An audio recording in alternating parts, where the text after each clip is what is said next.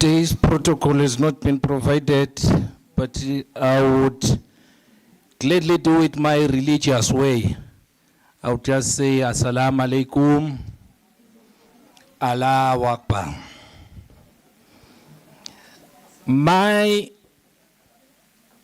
I will be chairing this third plenary session. I don't know why it always follows me, even at school. My periods are just before break or just after break, before lunch or just after lunch. Even in SNAD, when I'm presenting policy documents, they just place me before lunch or just after lunch. And then I've even developed some skill to make sure that my class is attentive. I'll try sign language, not the proper one she's using. So I want you to try sign language. I'll teach you some sign language. I will say lokwacha, and this is what you will do. Then I will say ubalekile. Then I will say nebanvana. Bakhe. Okay, let's try it. Lokwacha, ubalekile, nebanvana, bakhe. Lokwacha, ubalekile, nebanvana, bakhe. Ubalekile, lokwacha, bakhe. I can see the concentration levels are high. Well, I would like to call on Dr. Beth to come up front here to present on the topic. I was particularly drawn to one word, reform. And it reminded me of a story of 10 baboons that were closed in a house. So these baboons were closed in there. There was a lever somewhere on the wall. If any baboon touched the lever, very cold water would come out and spray on the baboons. And a number of men would come in and beat the baboons heavily. So now anytime a baboon moved towards the lever, the other baboons dealt decisively with it. So to continue with the experiment, they took out one baboon at a time. And if the new baboon would go there because it didn't know, but then the friends knew, they would hit it. Until such a time that all the baboons had been removed. But every baboon that came in, as soon as it moved towards the lever, it was assaulted. None of the people know what happens, but then it's something that has been with them. So that is one of the reasons we sometimes need to reform, because that situation I've just relayed to you, it's what culture does to us. Culture being used to doing something, sometimes we don't even know why we are doing it. So I'm hoping Dr. Beth is going to assist us to know whether we should beat the other baboon or we should let it experiment. Thank you.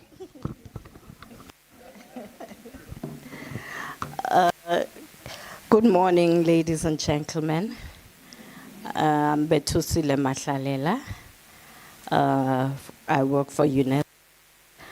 We'll be having a panel discussion, and it's all about the integration of emerging issues into the competency-based curriculum reform.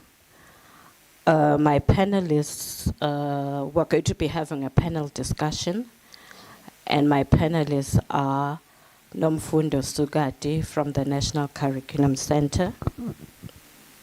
May you come forward and take a seat, Nomfundo.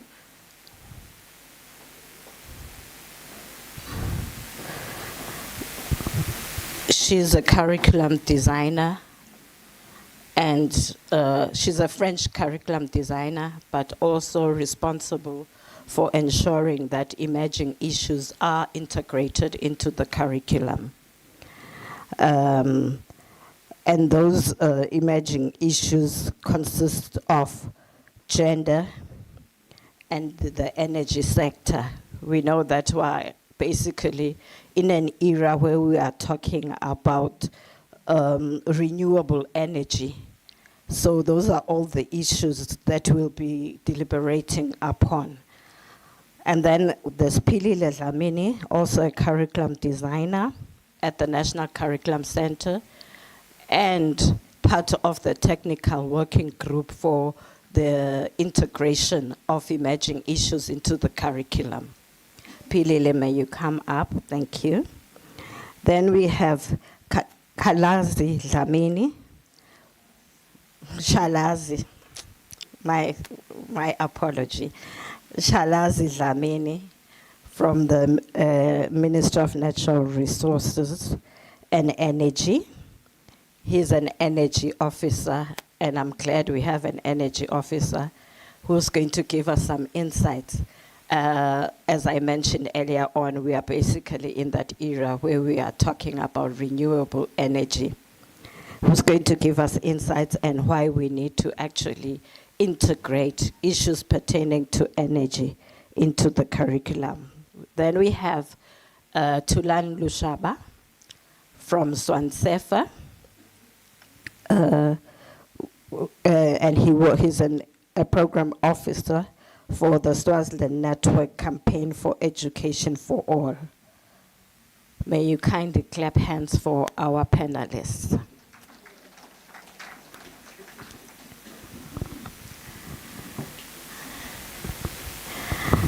So the first question, I'm not so sure whether I should sit with them, but okay, I'm already.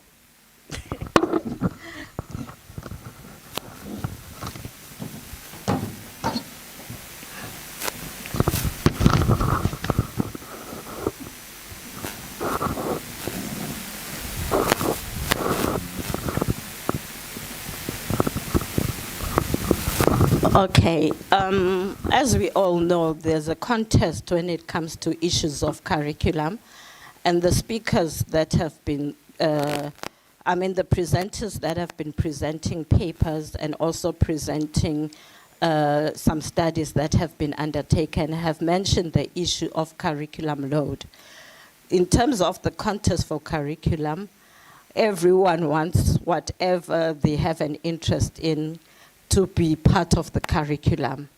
And that being the case, as it was mentioned yesterday by Mr. Khumalo, it is practically impossible to have a subject on renewable energy. It's practically impossible to have a subject with regards to gender, just a subject on gender. It is practically impossible to have a subject on life skills education. So all of these concepts are integrated into the curriculum at the primary school level. So those are the issues that we'll be deliberating upon. Starting with Thulani. Thulani, just may you briefly define to us, how do you define gender responsiveness in your work, and why is it critical in today's educational landscape? Thank you so much, moderator, and good morning to everyone. As I've been introduced, my name is Thulani Lushaba. I come from the Swaziland Network Campaign for Education for All, which is a coalition organization of 23 other organizations that is advocating for access to education, for inclusive quality education for all. And coming to the subject today, one of the things that we work with as a coalition organization is to address the barriers to access to education, inclusive quality education. And as you have rightly pointed out, some of the issues that are a barrier to access to quality inclusive education are issues of gender. And we do not have one definition that maybe is used by SWANSEFA, but it is the definition that is universally accepted. And we say gender responsiveness in education and curriculum refers to the process of creating a learning environment and a curriculum that acknowledges and addresses gender-based differences and inequalities. The goal is to ensure that all students, regardless of their gender, have equal opportunities to learn, grow, and succeed. In the context of curriculum, being gender responsive means that the content and teaching method are designed to challenge stereotypes. We will know that many a times we live, because first maybe we must define gender as assigned roles and responsibilities that are given to males and females. And these societally defined roles and responsibilities that define us as males and females have in the past made it to our curriculum. Hence, we will know that in some schools, some subjects were specifically preserved for certain genders, while others for another gender. My high school teacher is here, Miss School. Will remember that in our school, for instance, technical drawing and woodwork were specifically for us males. And home economics, we used to call it home economics at that time. It was a specific subject for women. So we are challenging those kind of stereotypes because we believe all the genders are equally capable to perform well in all those subjects that previously we had reserved for males and female. Thank you. Thank you so much, Mr. Lushaba. That is very important, especially that actually hinges on issues of access. And that being the case, we want both boys and girls, men and women, to have equal access to education without actually any barriers. I'd like to ask the same question to you, Mr. Chalaza Dlamini. How do you define gender responsiveness in your work? Yes. And why is it critical today in the educational landscape? Thank you, Margarita. It becomes a problem when following eloquent speakers. Thank you, Moderator. I was saying that it becomes a problem when you are given a chance after an eloquent speaker. But I'll try to be brief. Well, there is no written down definition, but I would say the energy sector, let me not divorce it from STEM. It is male dominated. So gender responsiveness actually simply means you are being intentional and taking the necessary action to address barriers and challenges that actually cause gender inequalities. So you're being intentional, you try all you can to make sure you create a platform that will give equal participating opportunities to men and women to participate in the energy sector. This could be done through policies, developing policies, and programs. The department has had some programs in the past, like the job shadowing program. You're being intentional. We were targeting girls for that program, so we want to close the gap by targeting. We were intentional targeting girls. Also, the internship programs, we're targeting girls. But we so much wish that we actually raise this awareness such that girls are brave like men at some point in time. With the internship program, for instance, we said we're clear. Only females should apply. But the men were brave enough to also apply. So we want to have a platform where even the girls can be so brave to take the risk in the energy sector. So basically, being intentional to break the barriers, to offer or present opportunities for equal participation. It is critical because gender responsiveness helps to promote skills development, equity in that space. It encourages equal access to education.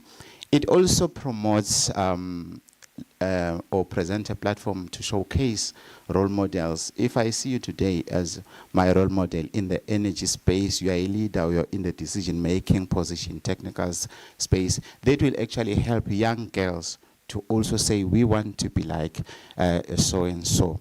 It also addresses the sustainable, I think about 3 sustainable development goals, which is the ones SDG 4, 5, and number 7. All of these, they talk about gender education and access to energy. Thank you. Thank you so much, Mr. Dlamini. It's good to hear that a lot is being done to ensure that equity is achieved in the energy sector, especially gender equity, and also the fact that opportunities are being afforded for girls to also have access to the male-dominated sectors of the economy. Without any further ado, may I request Nomfundo to please inform us about why is it important to embed gender equity in curriculum rather than treating it as an add-on or an add-on subject.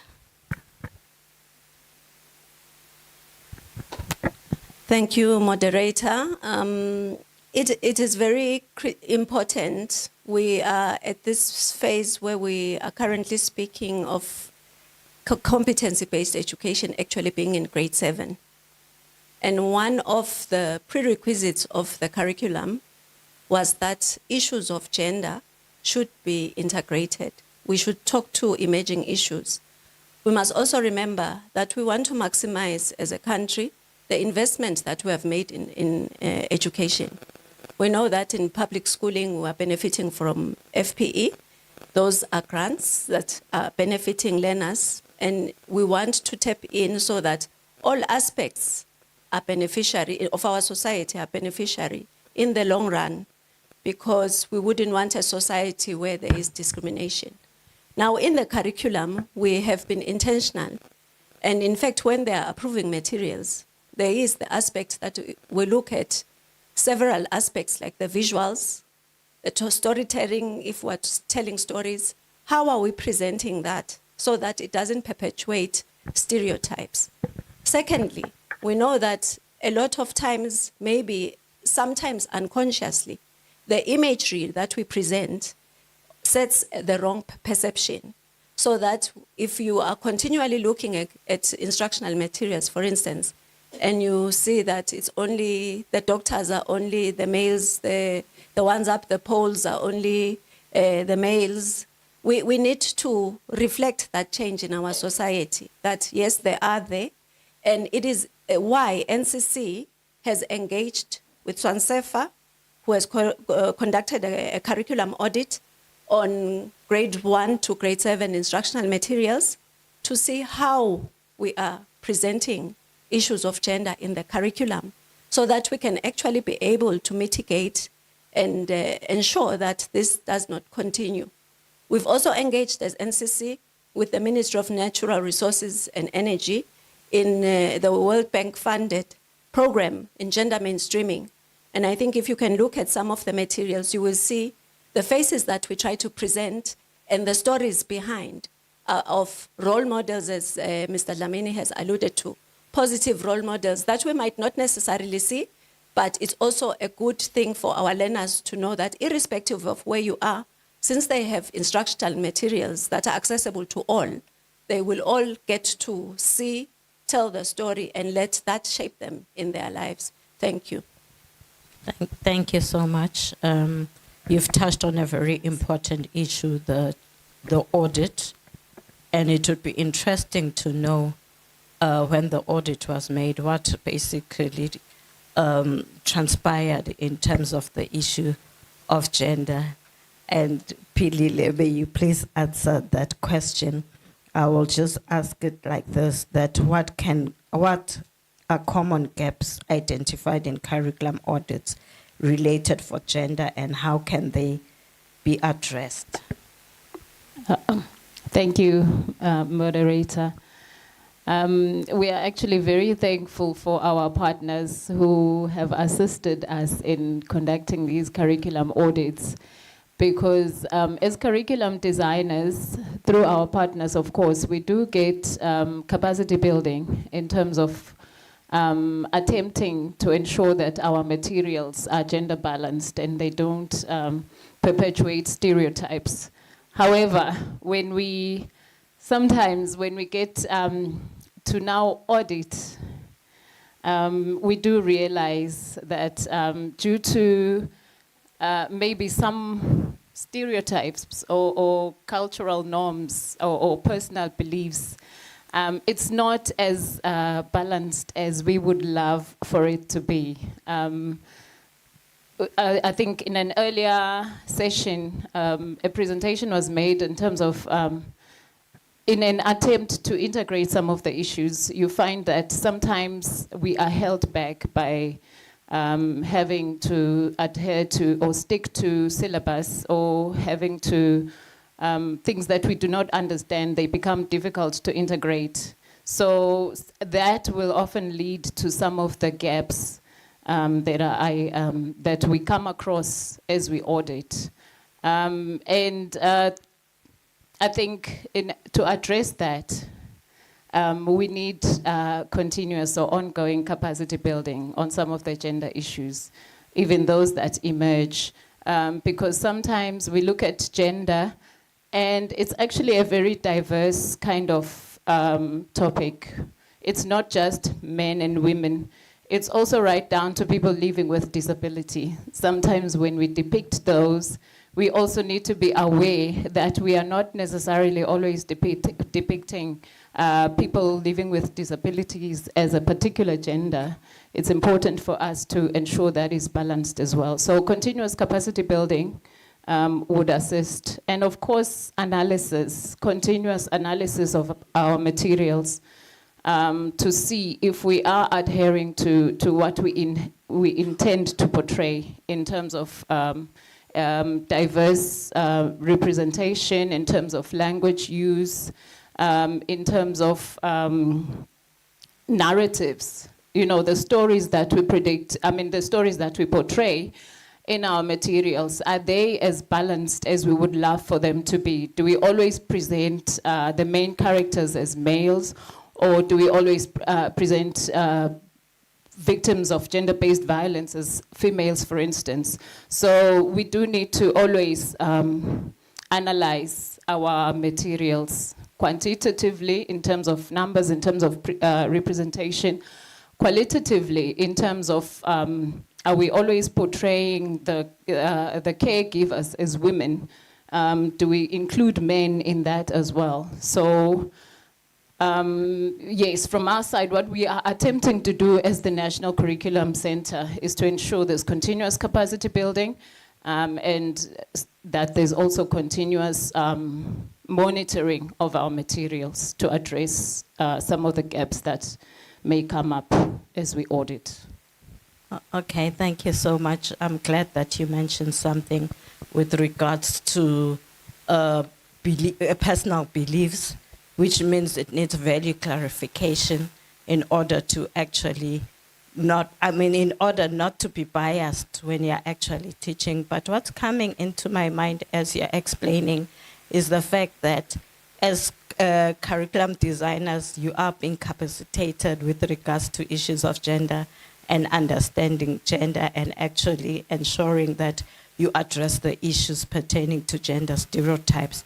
But one thing that we do know, some of the things that actually influence gender stereotypes are in relation to our culture, and also in relationship to basically the traditions, knowing that basically as we are socialized as a people. So how do you address that in the curriculum so that the people who are taught are in a position to actually understand, because they live in the same environment, and we know that as a society we are a patriarchal society? Thank you, moderator. We have used our culture to look at the positives in our culture. And I think for a lot of the issues that we see coming up, we will always hear, I think there are a number of Swazis here, if you go to them, they will tell you, "Akusiswa Siswati ke lesi." This is not how we do it in Siswati, and this is not how a Swazi male, for example, should behave. This is not a good representation of a head of a household. So what we are looking at in our culture, there are positive values that we want to promote, because those are the very values that make us unique. Remember, we are living in a global society, and we also identify with our culture. But there are also norms that are negative. And through the narratives, we try to dissuade and talk about those issues. Obviously, for example, there is a lot of outcry with the figures that we see of GBV, for example, in our country. And most of it, when we look at the figures, it seems to be more centered on the females. However, there's also the unspoken narrative of the silent males who are undergoing the same maybe negative role in our society. So we need to strike a balance and ensure that both aspects, the negatives we talk about, as well as the positives, because there are positives. It's just that when there are so many negative things going on around you, you tend to be overwhelmed by the negatives.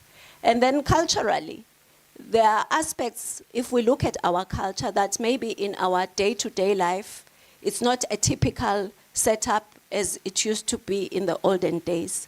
We don't have those kind of structures.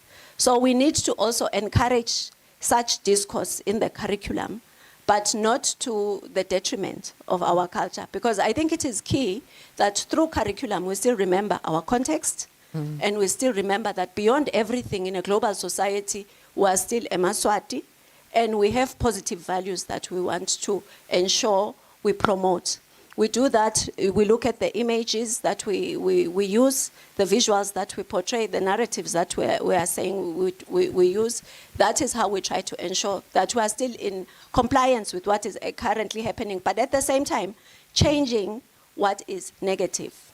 And then we also need to develop a specific gender tool, because that is what we realized from the gender audit for grades 1 to 7 through the recent partnership with SwanSefa, that going forward, we need to have a targeted approach for gender so that we address all those issues.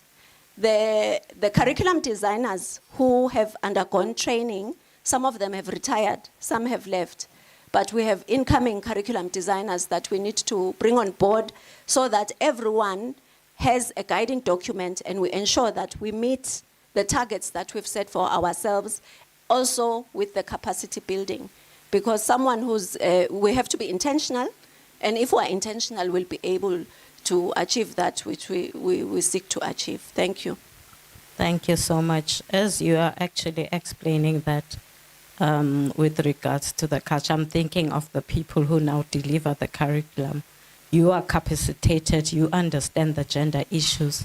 What about the teachers who are the actual people who deliver the curriculum and implement the curriculum in terms of capacitation, so that that curriculum is effective?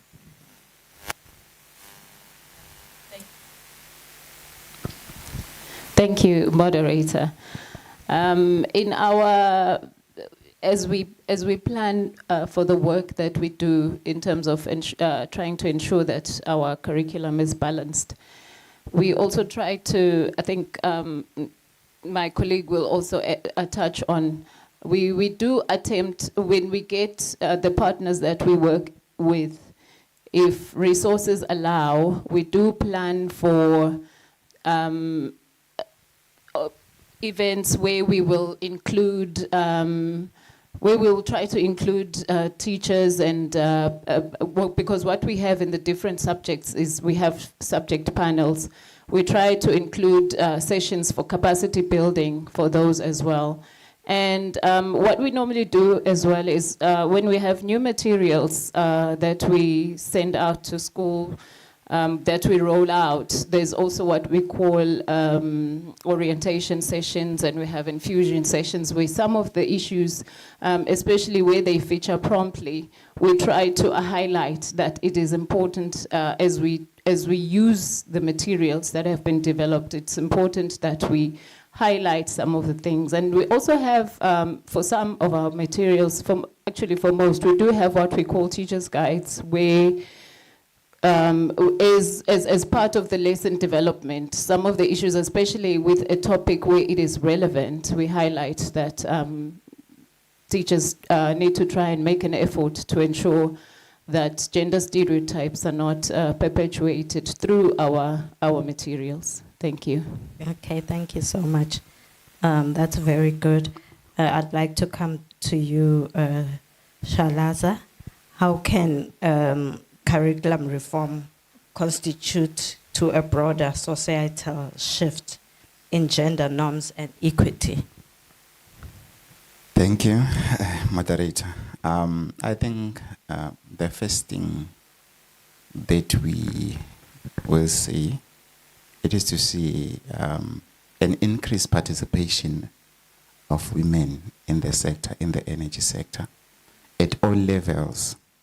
That is the technical, and they grow to leadership and decision making, as well as in the business sector. We have an underrepresentation in those areas. If you look around, how many women are involved in businesses in the energy sector? I'll just make a simple example that you'll all understand. A case of filling stations. How many women are involved in that? Some of them, they don't even want to try that. There was a case when, I think we were here, there was a lecturer from the university. She said that in the final year, there's only one engineer.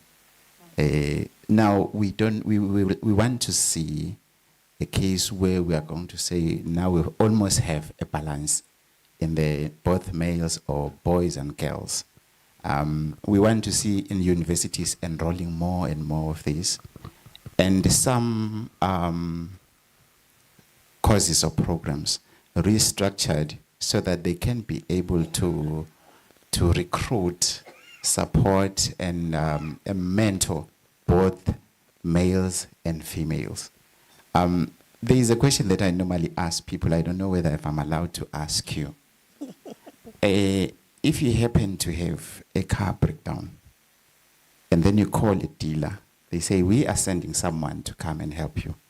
You're standing by the roadside, and there comes a female. What comes into your mind? So, yeah.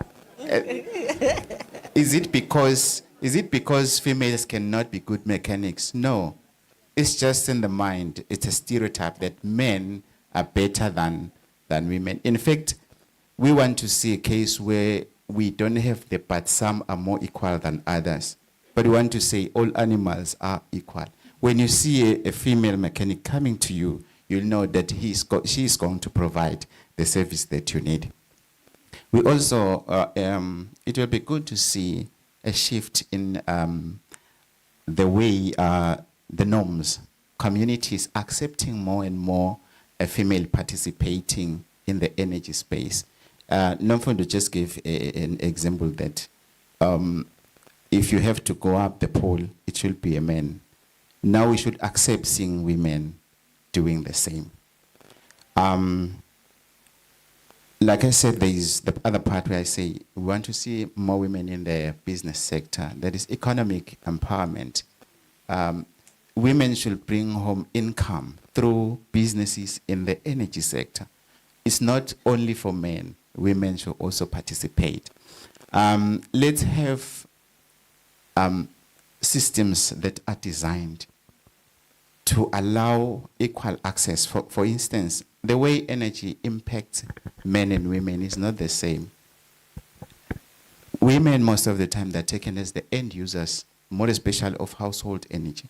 But that should actually change we should see them participating at all levels. So we have to have some redesigns of the programs and everything so that everybody has a platform that is actually allows that person to participate. Last but not least, the SDGs. We have to see the one that I mentioned, 4, 5, and 7. Thank you. Thank you so much. Thulani, what is your take when it comes to curriculum reform towards the broader society shift in gender norms and equity? Thank you so much, moderator.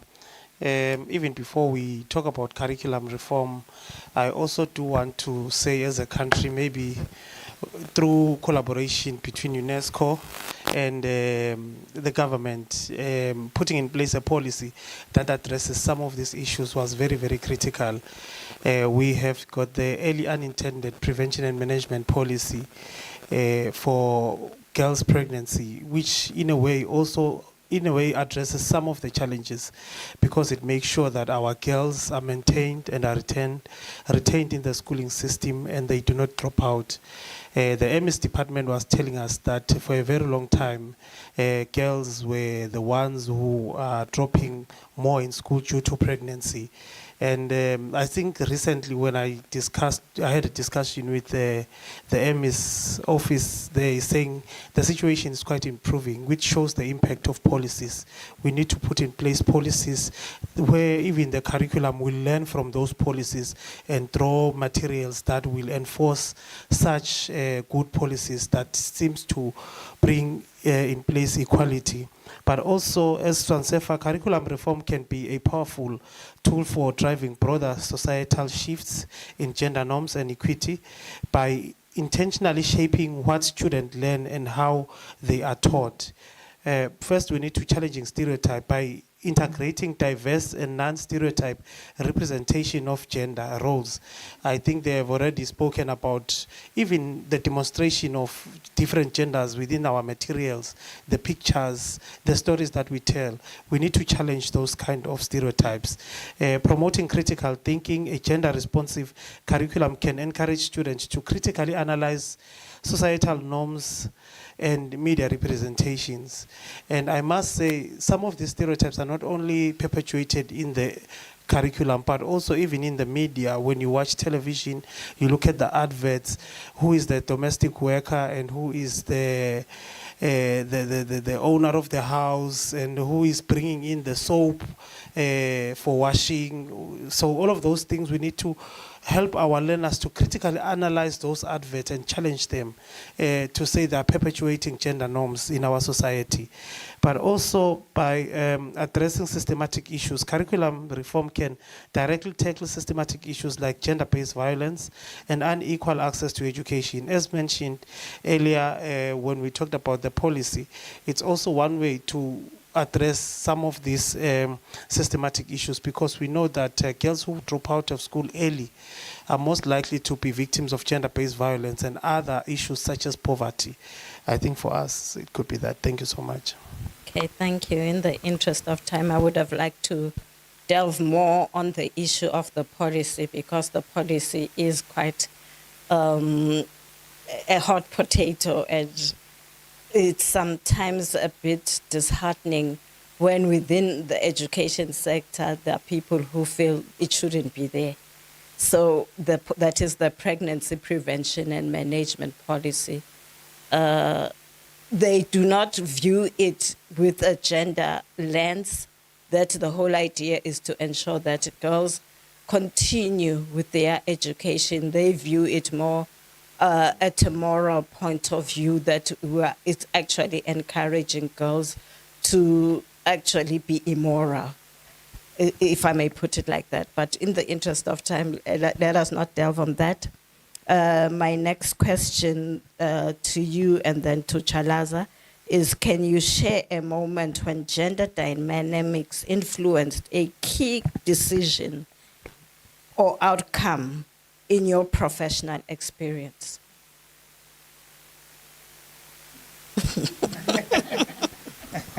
Okay, thank you so much. Actually, we do a lot of work as a coalition in gender, because as I said earlier, we are looking at how we can make sure that we work to address the barriers to access education. And as we are talking about some of the issues, over and beyond the policy that we have, I think in itself is a clear example of the work that we have done to address some of the issues, and also the commitment by government to implement the policy. As we are saying, such a policy, it is not very easy to accept given our society and our values and our norms and how we believe things should be. But the fact that 10 years ago, such a policy, no one wanted to talk about it. It was a hot potato, but now we are seeing it. It is in place. With the challenges, I think we will see how we work together also to capacitate society, because I think that's one of our duties as civil society. Let's go to the people and engage them around the policy so that they find meaning and see why it is wrong that we have got a lot of pregnant girls who drop out of school, who are supposed to be working, also being active players in the economy, but just because of pregnancy, they are unable to contribute. Over and beyond the policy, we are also conducting the audits, like they have alluded to it. As Swansefa, we wanted to see in terms of our material from grade 1 to grade 7, how are we portraying men and women, and if indeed there is transformation taking place, because we would think we are moving forward in terms of the theory, but our materials in schools and the curriculum is still taking us back. We are seeing the nurse being the female and the doctor being the male, the engineer, and the issue of the mechanic who has never come as a female. It's also a challenge. We must continue to promote that in our materials. Also, we do a lot of work in education financing, and in education financing, we also look at what we call a gender responsive budget. When we talk about the gender responsive budget, we also want to see in terms of the national budget that is allocated to education, how much is dedicated to addressing some of the gender norms in society. And I think it's still a challenge for our country. It's given that there's very little funding that is allocated to address the gender norms in society. Also the department, in particular, the one career guidance, when you look at the share that is allocated, as it is responsible for this policy, it's very minimum is allocated to that department. It's also something that must be addressed. And also we engage a lot of communities, members of parliament around some of these issues.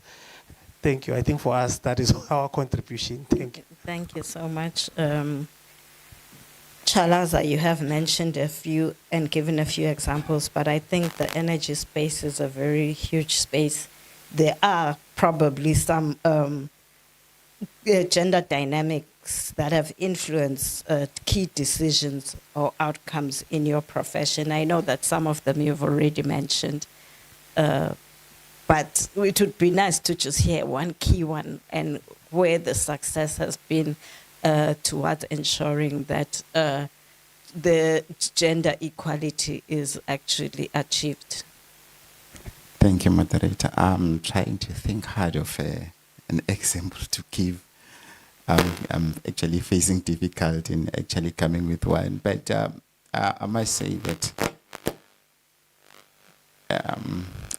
our department is a bit different. There are a lot of ladies, more especially in decision making. If I'm not mistaken, I think there was the last time we actually doing the gender audit, it was around 67% in decision making. So, but an example that comes, I don't know whether it would be relevant. It was when we wanted to do the job shadowing exercise. The department said we want 100% girls. So we're aiming at, the target was 40 girls to participate. But the authorities, they changed that and they gave a good reason. They said at least 10 should be boys and 30 be girls. Because what you're actually trying to do, you're going to actually empower the girls, the girl child. But later in life, you are going to discover that the boy child is left behind. So please try and make sure that as you go forward, you are careful not to move with the girl, leaving the boy behind, because in the future, we'll have to come back and correct that. So I'm not sure whether it's a relevant example or what. Actually, it's a very relevant one because when we talk about gender, we're not specifically being biased, and there should be a balance between boys and girls. We don't want to find ourselves disengaging the boys. Thank you so much. I think we'll now open up to the floor for questions.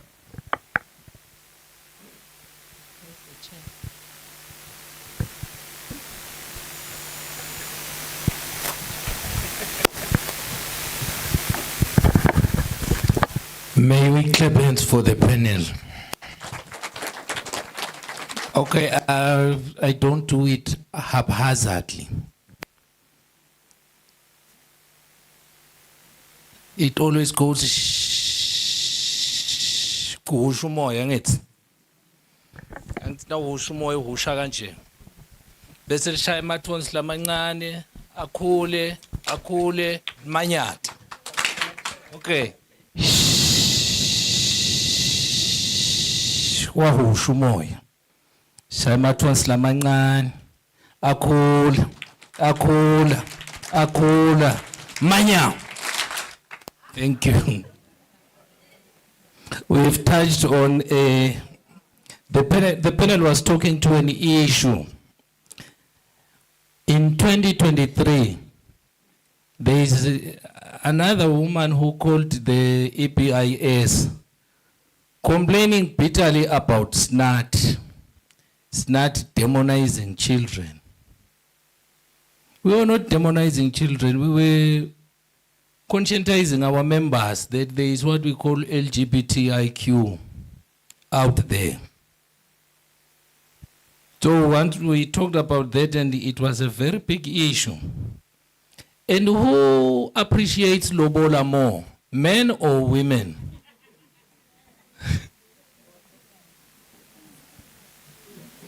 To allay your fears, Dr. Beth, don't worry, the teachers, every staff room, gender issues have been discussed. We have taken, I think, 2 years on a gender-sensitive program. Now this is time for the floor. Let me, okay, that's when ladies first. I'm recognizing a hand here and one at the back. Ngihamba siwonke angibuyi.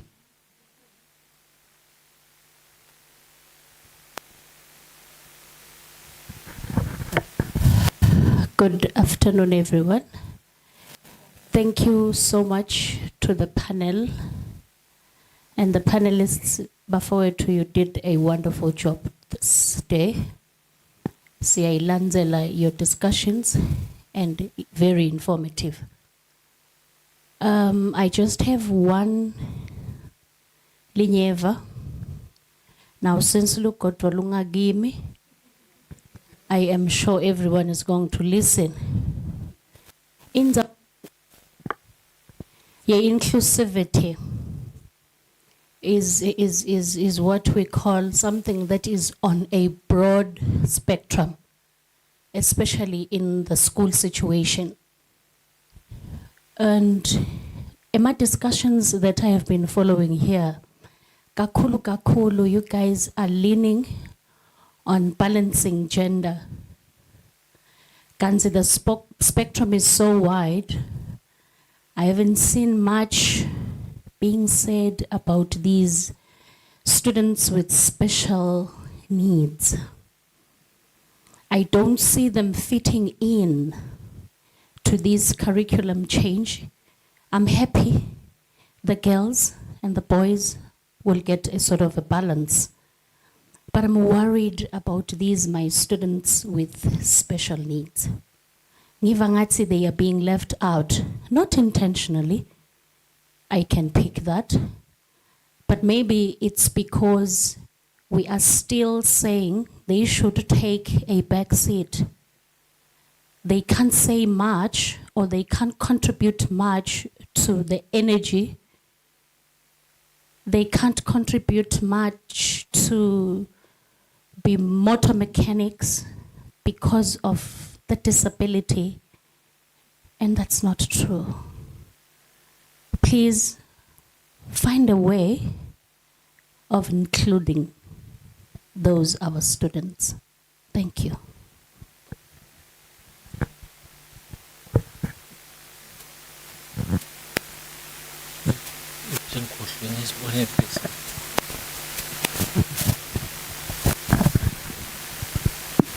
Thank you very much, Doctor, with your panel. And we should congratulate you because I think your panel is gender balanced. Thank you for that. I want to ask something specifically. Actually, I'm attracted to the term you use in your presentation, cross-cutting issues. So my worry is, how have you gone on the inclusion of human rights, peace, citizenship, yes, and inclusion, as my fellow colleague have alluded to that. Why I'm saying this, because this is core area, because CBE is not about just skills for jobs, but also for values, attitude, and responsible citizenship. I'll make an example on human rights. The learners, they need to understand dignity, equality, and justice. Under peace education, we really need to equip our learners with conflict resolution, tolerance, and non-violence skills. I think you could have seen what our kids did and the confusion they had when we had the previous unrest, because they were not equipped here. Under citizenship, we want to build responsibility, democratic participation, and even civic engagement.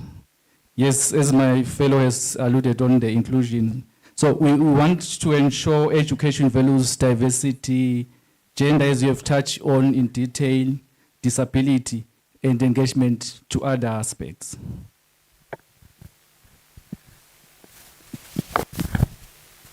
Thank you. Singaniketi panel ive izama.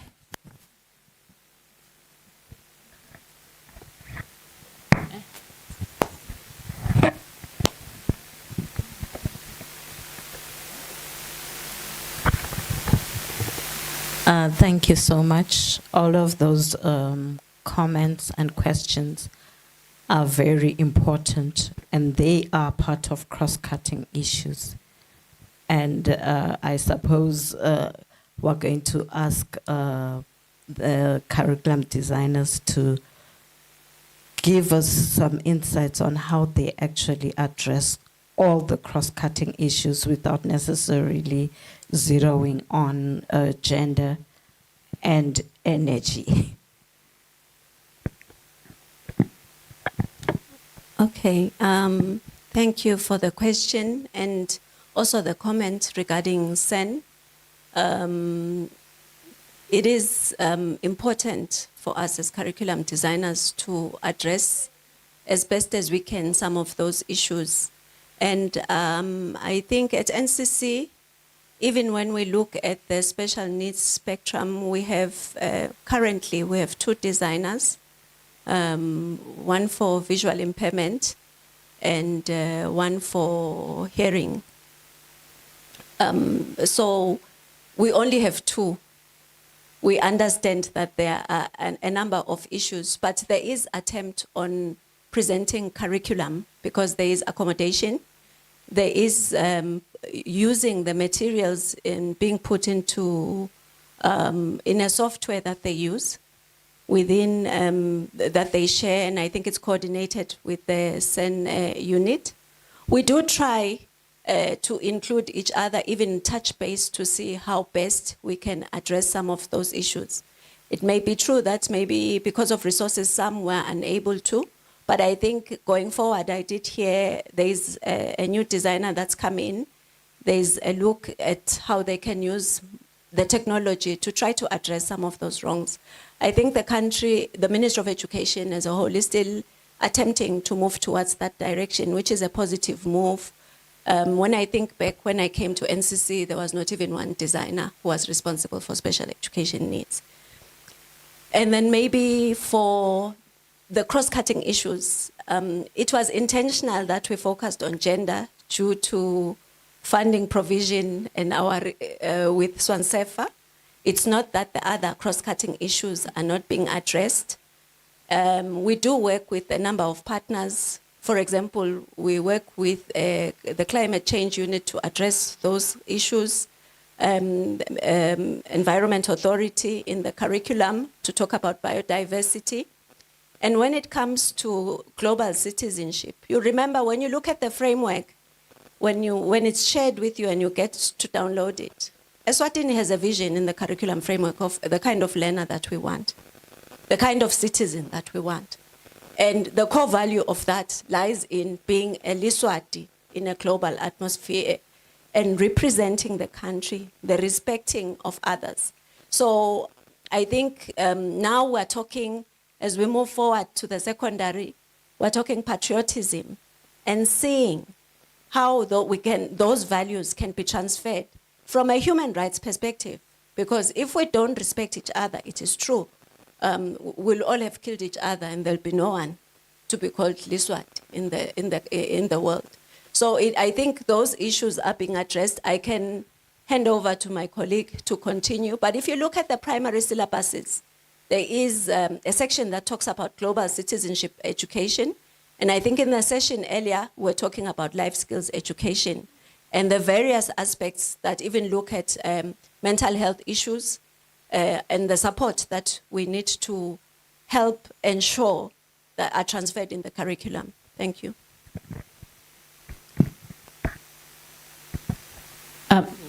Thank you. My colleague has basically covered pretty much everything. So I think maybe mine would be to emphasize on the issue of patriotism. We do have those subjects that have, in terms of content, it's there, that we are learning what it is to be Liswati and what it is to be proud of being Liswati. And then moving on to secondary education as well, as I've mentioned, the subjects that are that can actually cover that topic well, we are currently working on developing, because yes, as you mentioned, the issue of the unrest, there was a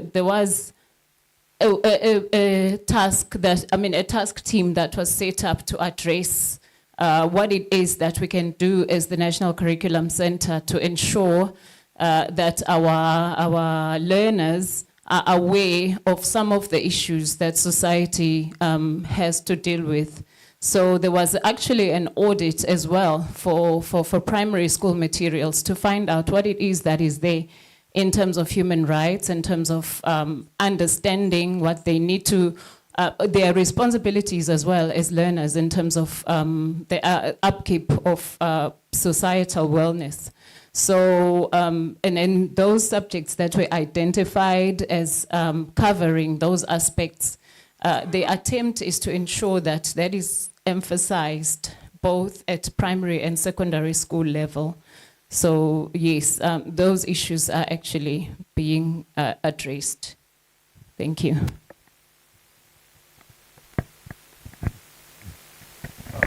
Okay, just also our contribution in terms of what is being done in terms of some of the issues.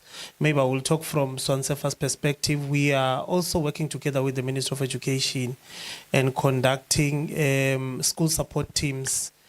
School support teams, okay, maybe still under human rights and how that is promoted. We have got Ingaba the care and support for teaching and learning framework within the Ministry of Education, which is a rights-based approach for providing quality inclusive education.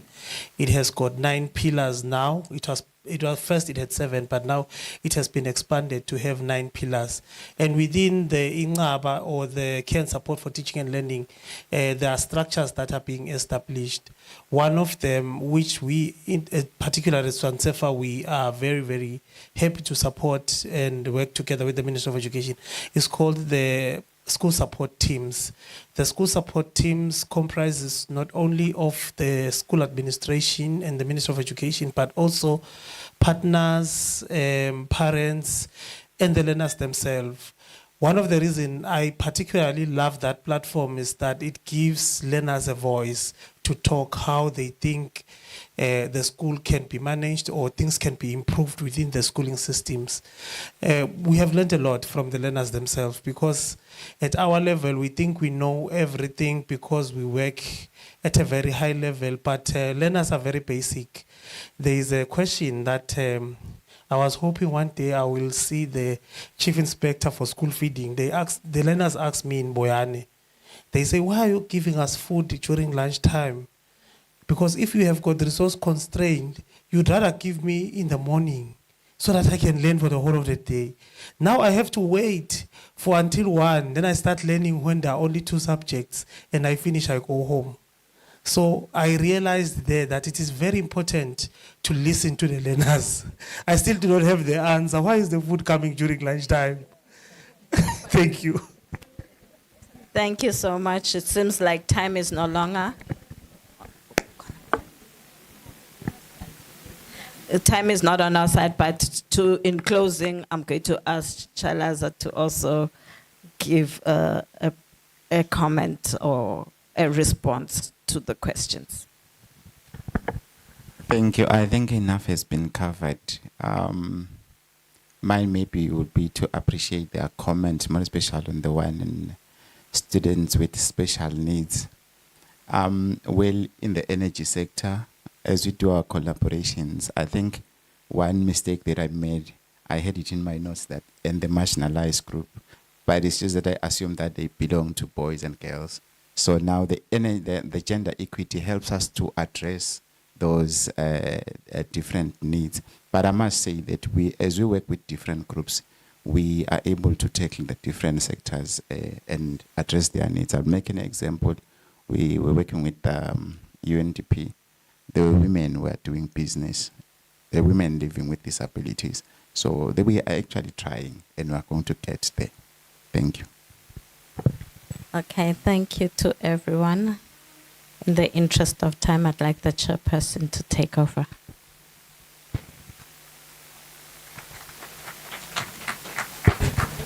Let us appreciate our panel. And on my behalf, I would like to thank you. You've been a very wonderful group. Thank you very much.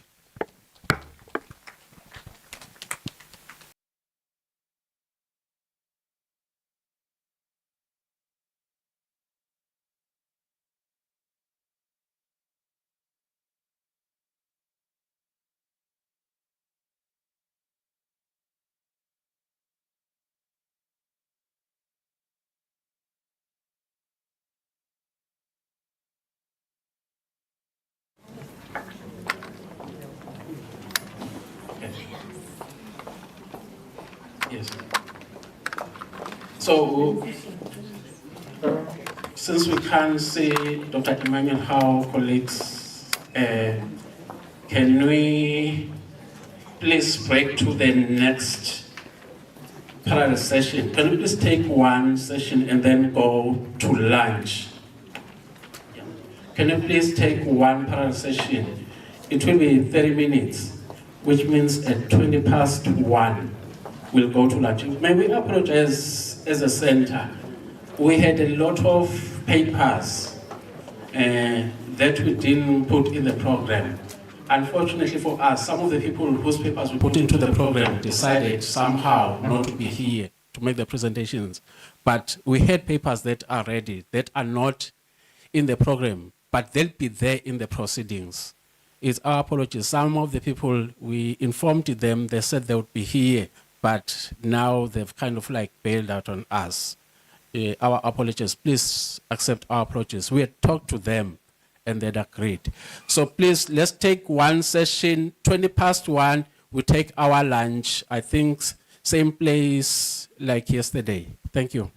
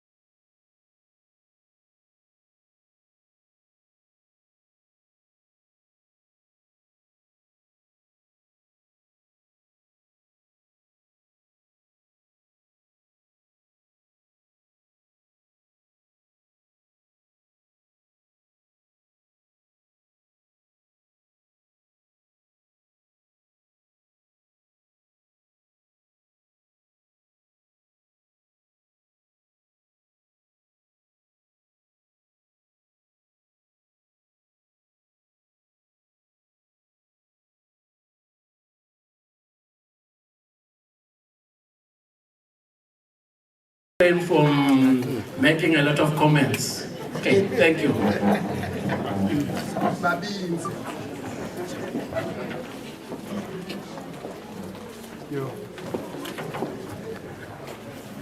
Okay, another thing, colleagues, the evaluation department evaluates virtually everything that we do.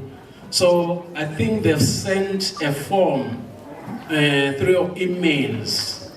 They are requesting that you please fill up that form, if possible, during the course of this conference today. But if not, because maybe our internet is relatively weak, make sure that by end of the week, in your private spaces, you filled that form. So the evaluation department evaluates virtually everything that we do. Even if it is good, if it is bad, they always evaluate. So at this point in time, can I please hand over to the program director? Thank you. Ngiyabonga kakhulu. Cela ukuqala ngokunibingelela.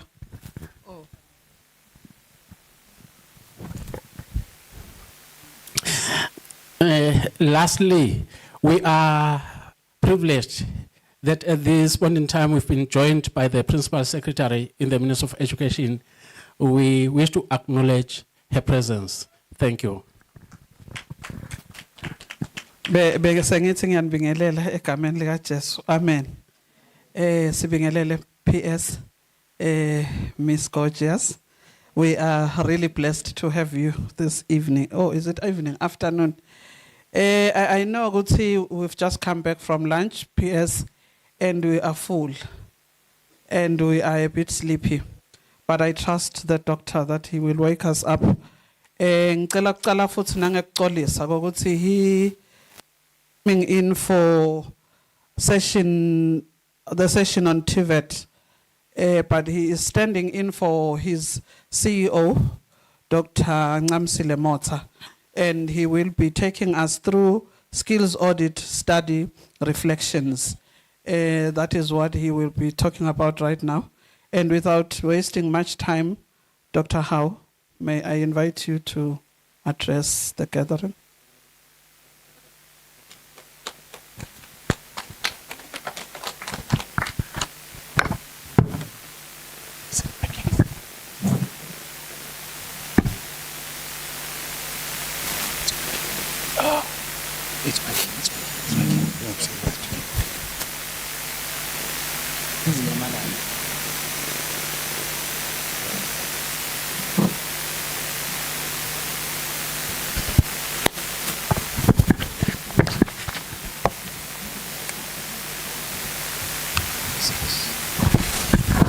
Whilst he is still plugging in his things, may I properly introduce myself?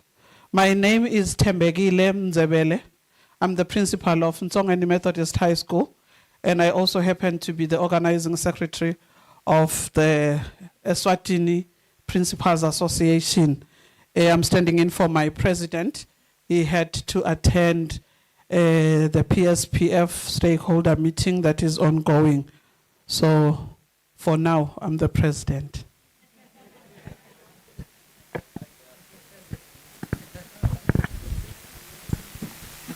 Good afternoon, ladies and gentlemen. I would like to apologize for the misunderstanding in the morning. I was supposed to present the TVET paper, but however, my acting CEO, Dr. Motha, has requested that I present on her behalf. She's currently also engaged in an equally important activity.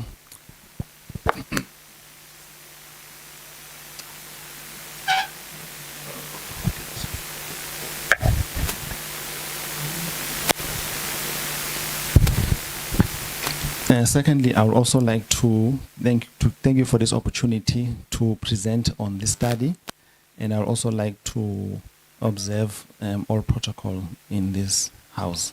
Thank you.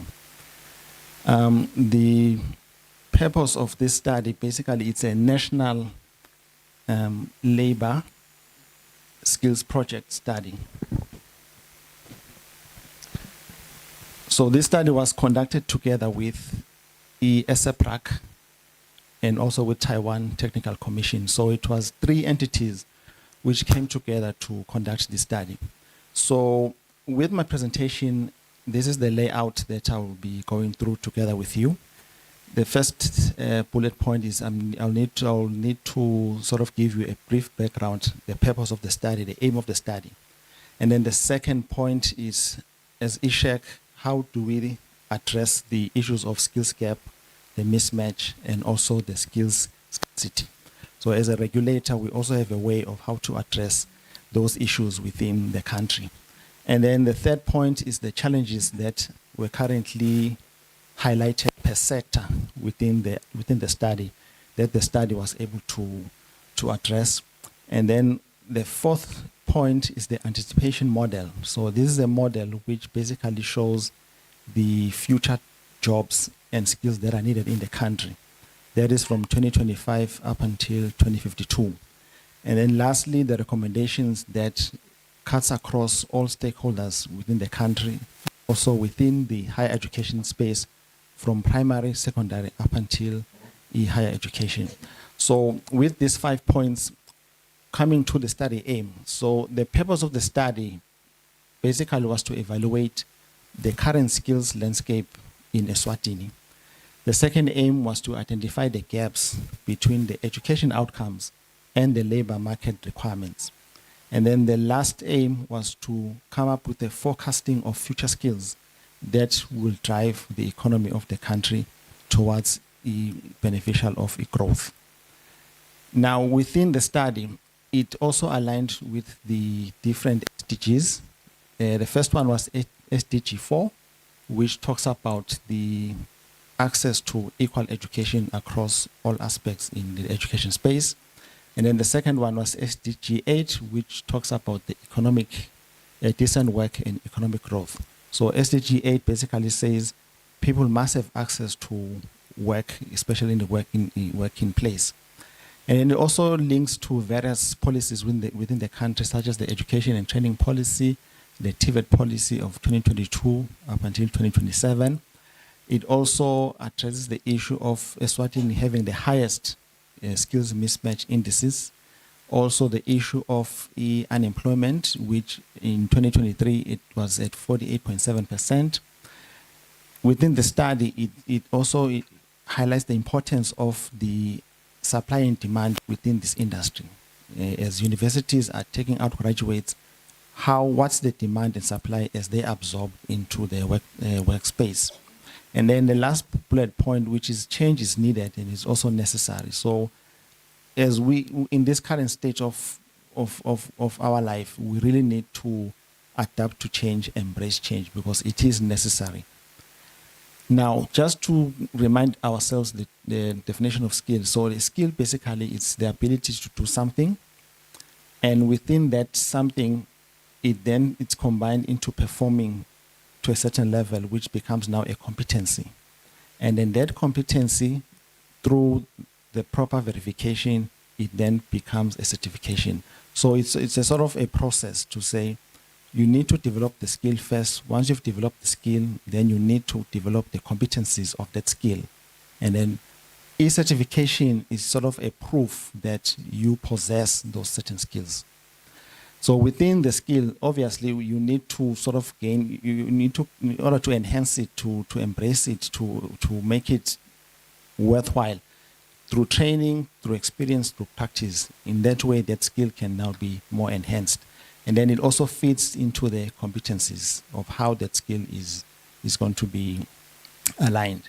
So why did Eswatini needed to conduct such a study? So the first point was that Eswatini needed this study so that it has some sort of documentation or a reference point where you can actually have an accurate and forward-looking skills development. So have something within your vicinity to say, if I need to do something related to skill across the spectrum of education, this document is there to assist. And then the second point is that it's also an important tool to guide Eswatini's efforts to build a dynamic, adaptable, and competitive workforce so that the evolving demands of the world are met. So this also talks to the monitoring tool of Education 5.0, which I'll briefly describe at the end of this presentation.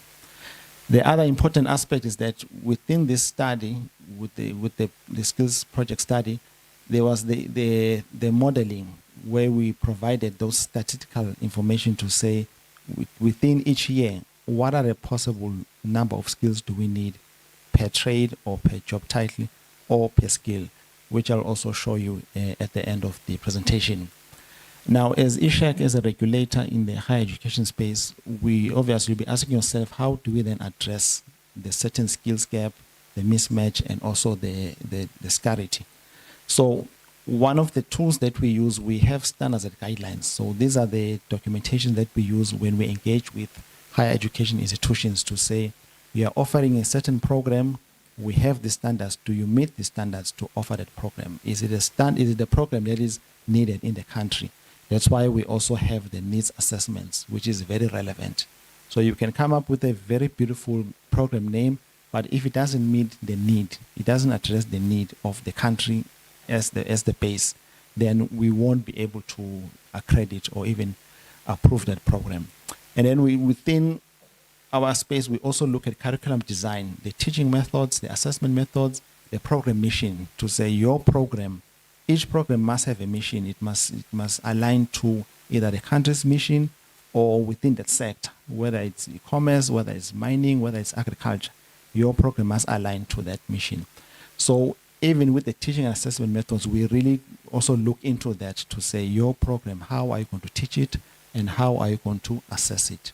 Because this is also part of a curriculum. Remember curriculum, it links between the teaching methods and also how the student is going to absorb that knowledge. So that's what we look at within this sector. We also emphasize the issue of tracer studies to say after a cohort, you will need to know the number of students that have been absorbed by your program in the market. Those students have not been absorbed. You need to define to us what happened. And then that gives an opportunity to do that program review.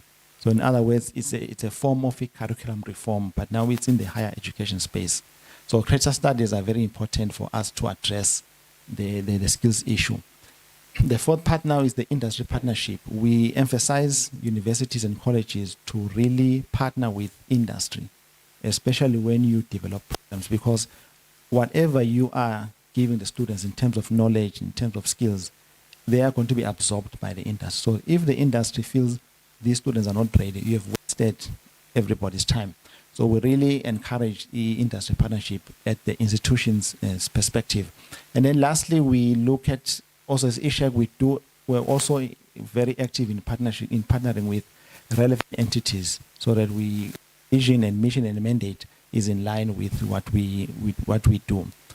And also, we don't do the partnerships out of the blue. We're also guided by our acts and regulations. So subsection 5.2, it gives us that power or that opportunity to say, do engage with public and private sectors in matters that relate to human resource development.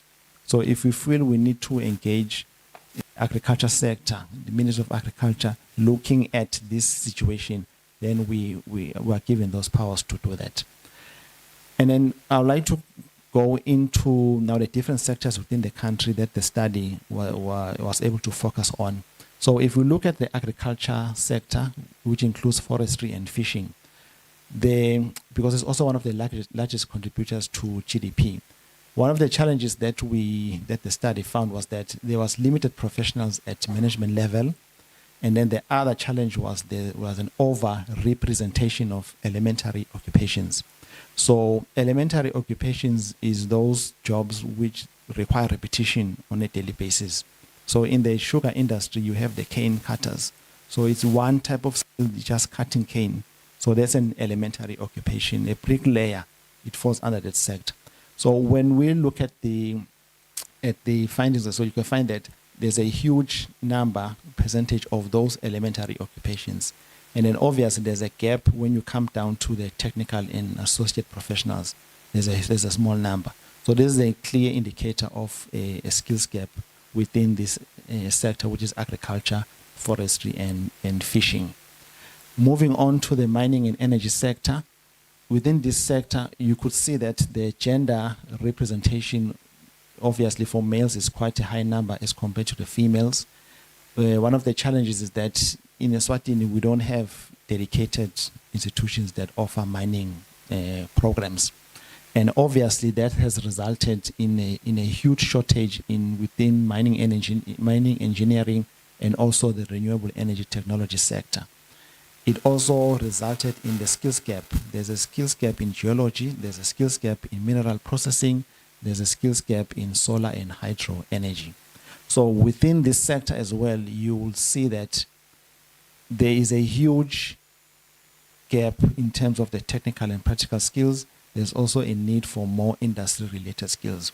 So what this tells us that for the mining sector, if an institution is interested in offering mining programs of any type, they really need to have partnership with that mining, whether it's a mining company or it's a mining consultant or that mining entity, to get the real core of what is needed as they develop the programs. Because as you can see here, there's the high number of, there's a need for technical practical skills, there's a need of industry related skills. So you get the information from the industry, what do you want, and then you start developing your curriculum. And then when we come to the manufacturing sector, which also is a major contributor to GDP, one of the challenges is that there's a huge issue of imported skills within the manufacturing sector. This is a result in the fact that you find that companies from outside the country, when they come to set up, whether it's a factory or it's a workshop, obviously they will come with their own people who have the expertise of how to set up.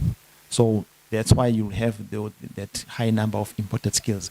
Now, when we come to the significant skills gap and shortages and mismatches, obviously here that gap is quite small, because with the manufacturing sector, when they take out posts for positions, is usually a large number. So immediately those positions are filled in. But at the same time, it becomes a negative issue, because I think in today's paper, we saw that a factory was closed and then over 400 jobs were lost. So at the same time, it then becomes, when you flip the coin, you find that it becomes a problem in that issue. And then when we come to the tourism sector, one of the challenges that was faced was the lack of customer handling skills, as you have seen with the high percentage of 35.5. Now with this issue, because with skills, there's many branches. There's hard skills, there's soft skills, and there's literacy skills, digital skills, so many different subsectors of skills. So with the tourism sector, you find that now the soft skills requirement was the one which needs to be really fixed. Because remember, here with tourism, obviously we have people from outside the country, we have even people within the country. And remember, with service delivery, it doesn't matter whether it's your fellow person asking for a service, it must be consistent. So that's why it's quite a huge number here. And then when we come to the ICT sector, when you look at the gender representation, you find that it's more or less it's equal. And now with the challenges with ICT, you find that there's an issue with the targeted upskilling. To say you have the skill, I'm a normal technician with a diploma, but now because of the ICT sector, which also has those different domains, once you go into the certain domain, you need to be sort of skilled. For example, in cybersecurity space, it has those different skills within it. Networking space, it has those different skills. So the issue now is the upskilling. So you have your skill, but now you need to improve. There is now upskilling. There are other terms like more cross-skilling, to say now I'm in project management, now I need to move to finance. Obviously, because you're in that same level, you're now cross-skilling. But in ICT, it's all about moving up, which is upskilling. So those are some of the challenges that was highlighted during the study. And then we have the wholesale and retail trade. So within this sector, the challenges that were seen was that most of the workers are doing jobs that are unrelated to their field of study. So this is a clear indication of a mismatch. So you qualify diploma in commerce, and then when you enter this sector, then you end up doing something else that is not aligned to what you applied for. So that was what was found in this sector. And then also it's dominated by low wage, low skill roles. And then the other aspect that there was a limited career progression pathway. Coming to the finance and insurance sector, one of the challenges was the demand for advanced skills due to the rapid digitization of the sector. And the other important part is now the regulatory complexities. So as we all know that within the finance sector, there are many protocols, there are many bills, there are many issues which talk about money. How do you transfer money from one sector to the other? We're talking about the payment schemes, the payment systems. So we need people now who have the skill to maneuver around that sector. We all know that banks now are moving to online banking. So that move, obviously, it needs people to really be quick to understand how do I adapt in the online environment. Issues of, I mentioned regulatory complexities, opening up in a bank needs so many requirements. So you need people who really understand this sector. I think in yesterday's, Dr. Smith was here, he even talked about financial literacy. Those are some of the issues that need to be addressed now, even from primary. So that as the student moves, building up the competencies up to higher education space, they're able to now fit into this sector. And then when we come to transport and logistics, when we just look at aviation, you'll find that one of the challenges, especially in Eswatini, that there's a limited number of locally trained and certified pilots. When we look at the emerging skills, you'll find that there's a number of skills, not only for Eswatini, even for export. So you'll find that there's a need for eco-friendly aircraft designers, there's a need for human factors engineers, there's a need for unmanned aerial systems operators. Not only in the aviation space, even in agriculture, even in geology space, even in housing. When you want to start a township, you need operators who will be able to scan that environment. So it's one of the challenges that this aviation sector is currently facing. And then when we come to education sector, what I did here, I divided them into the 3 different sectors, which is primary, secondary, and then higher education. So with primary education, when we break it down to scarce skills, emerging skills, and then skills gap, you'll find that these are the common skills that the study was able to identify. So as you can see here, there's an issue of foundational literacy and numeracy specialist teachers as a scarce skill and also as a skills gap. We're looking at digital education developers as the whole world is moving away from face-to-face. It's slowly adapting blended learning. It's also slowly adapting online learning. Students have an option of how they want to be taught.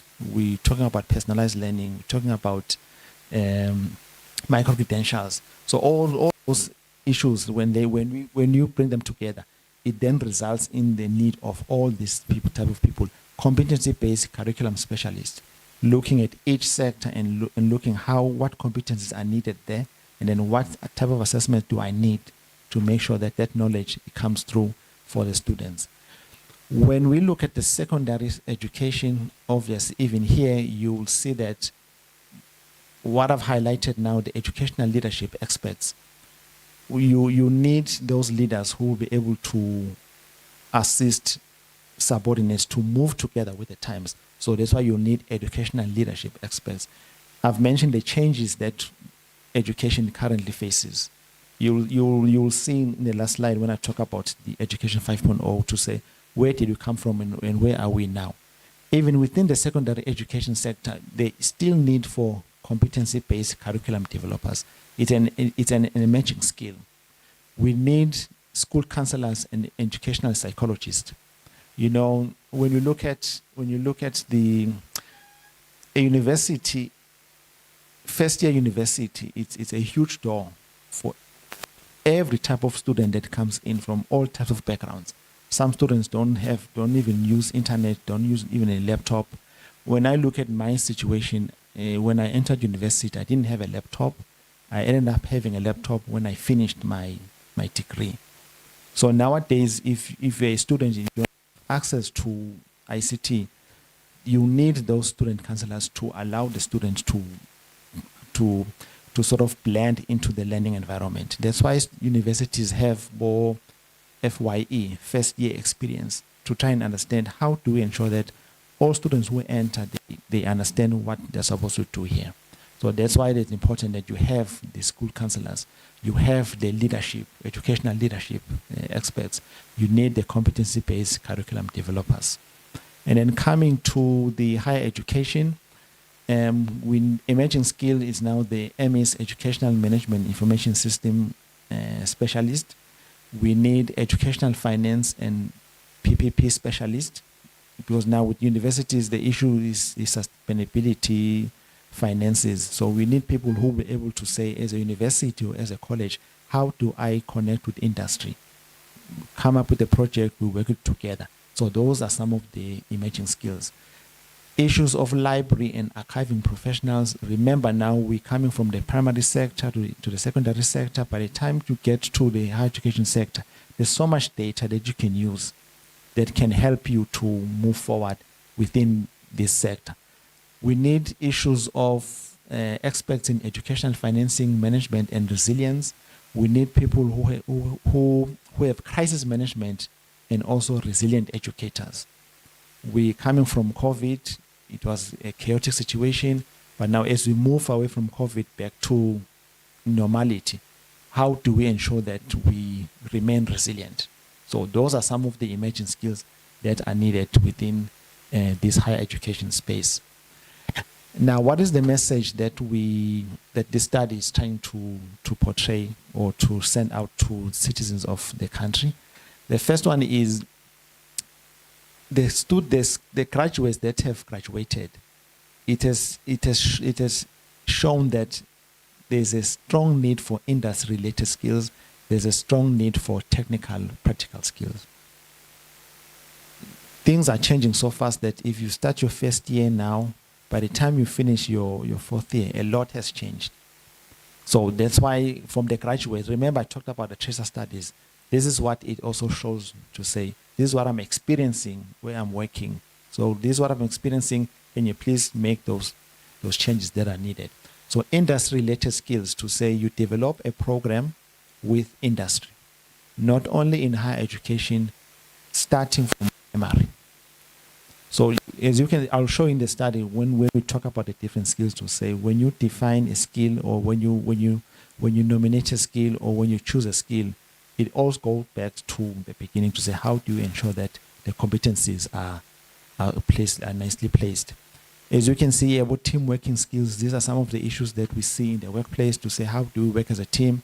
Customer handling skills, we mentioned them. Problem solving skills, we've also mentioned them. So with problem solving skills, obviously, they will be incorporated in the industry related skills, because the industry will know exactly what needs to be done to develop such a program. Now, what are the suggested improvements for training institutions, not only for higher education, even across the spectrum from primary to secondary? There's a need for better career guidance services, providing career guide. I mean, some of us, we received career guidance when already we were in universities. So that's why some students will then switch, the program of offering. I'm not feeling this program. I don't like this program. I think I like this program. It's an indicator that there was no proper career guidance which was provided. Industry partnerships, we've mentioned this, to say it's very important that industry is part and parcel of your program. Curriculum must align with industry needs, and then also the more practical training opportunities. Now, coming to I think the second last part of my presentation, which is now the skills anticipation. So with this skills anticipation, in the report, it's at the last 20 pages. So it's a model which shows you for each year how many people are needed for that particular skill. So with this skill anticipation model, one of the factors that came through is that it looked at the growth of the economy. So the obvious assumption is that the economy of a country will grow gradually. The second factor was the size of the sector. So if you have a mining sector, obviously you'll see that the numbers will be fewer. And then the third factor is the relationship with other sectors. So because sectors, they also work together. It then gave us now the anticipation of each skill from 2025 up until 2052. So this is what it looks like, the skills anticipation model. So as you can see here, this is 2025. So I've taken maybe optometrist assistants. So optometric assistants, the study says in 2025, we currently need plus or minus 34. So when we move all the way to 2033, we might need around 44 optometrist assistants. If we take another example, maybe dental assistants, 2025, it tells us that we might need 58. And then as we move to 2023, we might need 79. So for this type of information, so if I'm an institution offering medicine programs, and one of my program is diploma in dentistry or diploma in dental surgery, I need to first come here and say, okay, this is 2025, my program is 5 years, so by 2030, this is what the country needs. They need 70 dental assistants. So this is proof enough that my program is viable. Now looking because I said it's 2052, if I continue with the same trend, you'll find that the same dental assistants now, in the previous slide was 70, now up until 2052, it is now 152. Remember I talked about that the sectors, they also work together.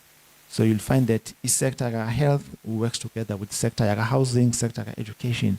So you find that as each sector grows within its space, obviously these numbers show a reflection that there is a need for such.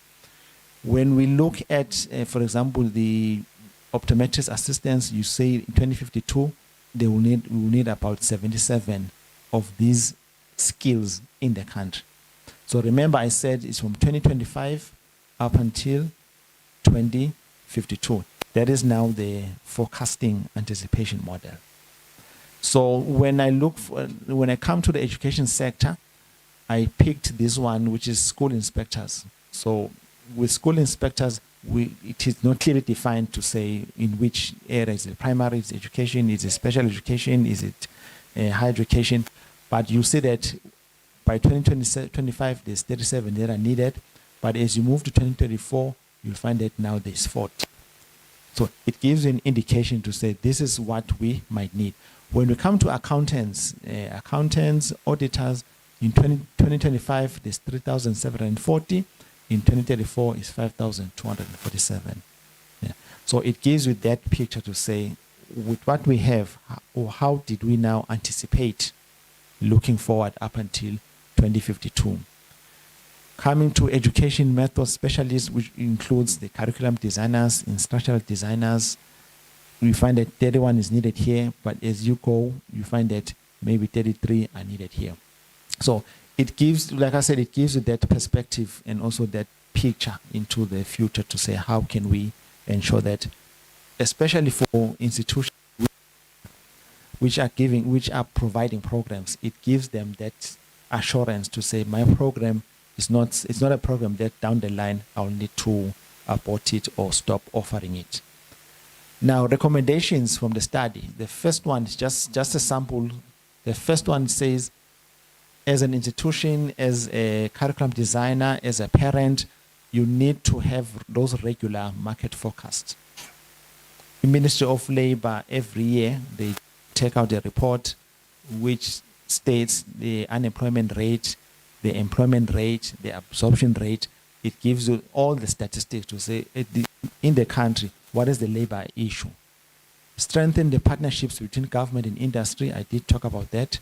Encourage lifelong learning. So continue learning, don't stop where you are. Implement targeted policies. So targeted policies, especially in the government, you find that the Ministry of Commerce has the industrial policy. The Ministry of Labor has the recent national labor policy. So those are targeted policies that will support the emerging sectors. Diversify to the economic sectors. Invest in resilient industries, technology, renewable energy to ensure that you remain relevant in the industry. And then lastly, which is when I briefly talk about Education 5.0, this is where we now as the world. We started with Education 1.0, which was the teaching and learning face-to-face. We moved on to research so that we allow for the students, once you have taught, apply what you have learned in class. There was an issue of community service. Innovation 4.0 was innovation. Now we're in Innovation Education 5.0, which talks about industrialization. So with Education 5.0, the graduates must be innovative, must be adaptable, must be skilled in applying knowledge to local industries and resources. So that's the aim for this model, especially now under Education 5.0. And with Education 5.0, it has those 5 pillars. I think teaching, research, community service, I think also innovation, to say how do we ensure that the industry absorbs our students with the right skill. And with Education 5.0 is the use of new technologies. We have AI within our vicinity. How do you use AI for your human-centric application? Thank you, ladies and gentlemen.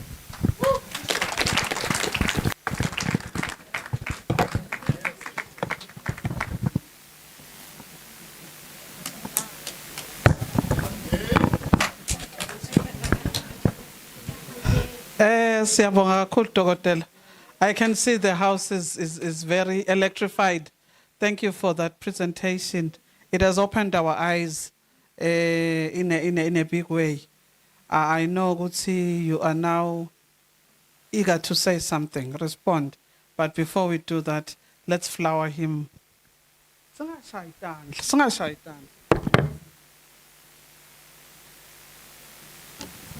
Siyabonga Dokotela, it was worth the wait.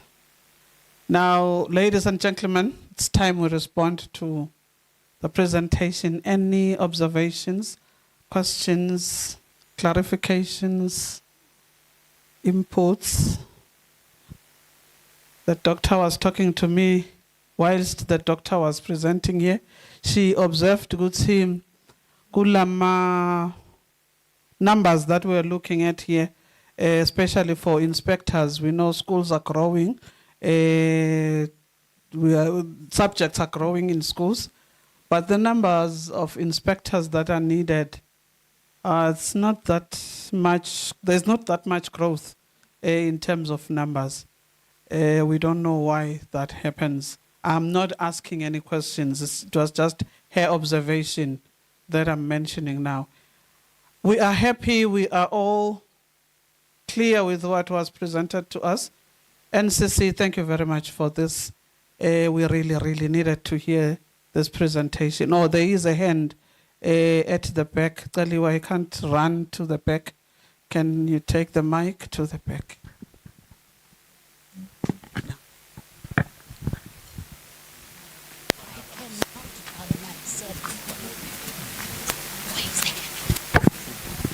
Thank you so much, Doctor, for such a wonderful presentation.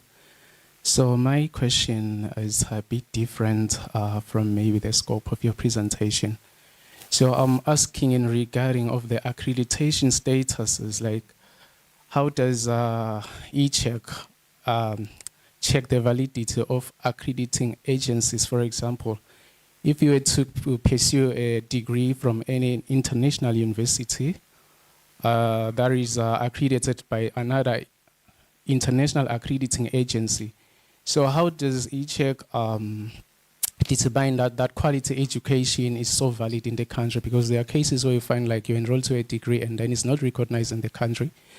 And so in the case where maybe, for example, there is I won't mention the name of the university, is not accredited by any accrediting agency in that local country, but is recognized by another accrediting agency in another totally different country that is very valid to the other countries. So how does e-check navigate through those dynamics?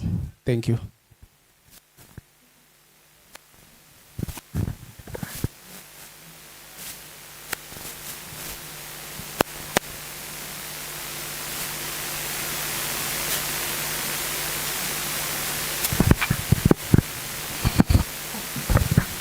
No, thank you for that question.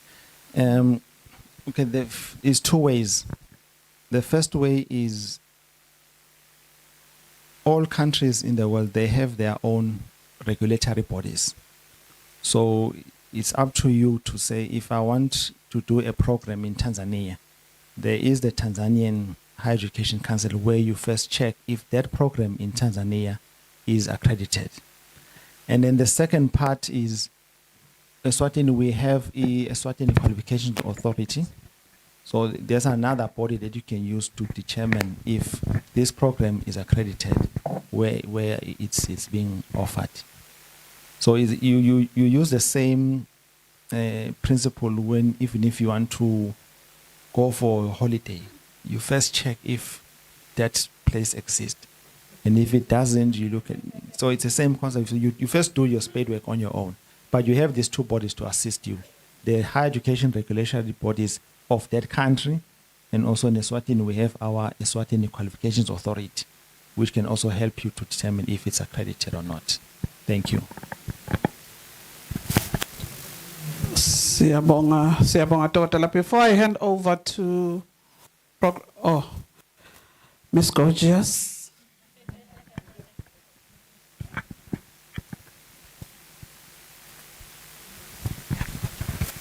Thank you so much. Good afternoon, distinguished ladies and gentlemen. It's good to have you again today. Just two things. On the issue of the programs director requesting clarity on the number of inspectors that don't increase with the number of activities. We don't really see the need to increase inspectors as a ministry because we've got e-inspections that we are going to roll out very soon. And we realize that the number of inspectors that we could have doesn't mean there will be an inspection going on, because inspectors, they sit in the offices and do cluster inspection with their clusters. So we can always do things the modern way and avoid having so many human resources, which will be a problem. And unless we really want to promote people, then it's a different issue. We can sit down and talk. But from my perspective as a human resource specialist, before being PS, I'm in HR. We don't calculate jobs by the number of activities that people will be doing, because right now we're using AI, we're using so many portable ways of doing work. So we want to bring to the attention of all colleagues here that as we speak right now, we have MEs sending tablets, computer material, perhaps ICT material, to head teachers and also coordinators in the region. So we'll be doing all these things through the e-learning platforms, through the e-tools, through the e-inspections. So things will be easier that way. And then for those people, I can hear some grumblings, but we can never keep increasing posts for inspectors when you don't have posts for teachers, when we don't have people teaching in schools. We should be able to differentiate this. Right now, we're praying and pushing and working with PBC to avail positions for schools. We've got about 28 schools that don't have adequate teachers or teachers. We're using temporal or contracted teachers who are at primary level. They've been upgraded illegally just to ensure that Emaswati are learning. The reason we've done that illegally, because I think I have to clarify, it's because anyone in this kingdom wake up any morning and construct a school without following any guidelines, without notifying the ministry.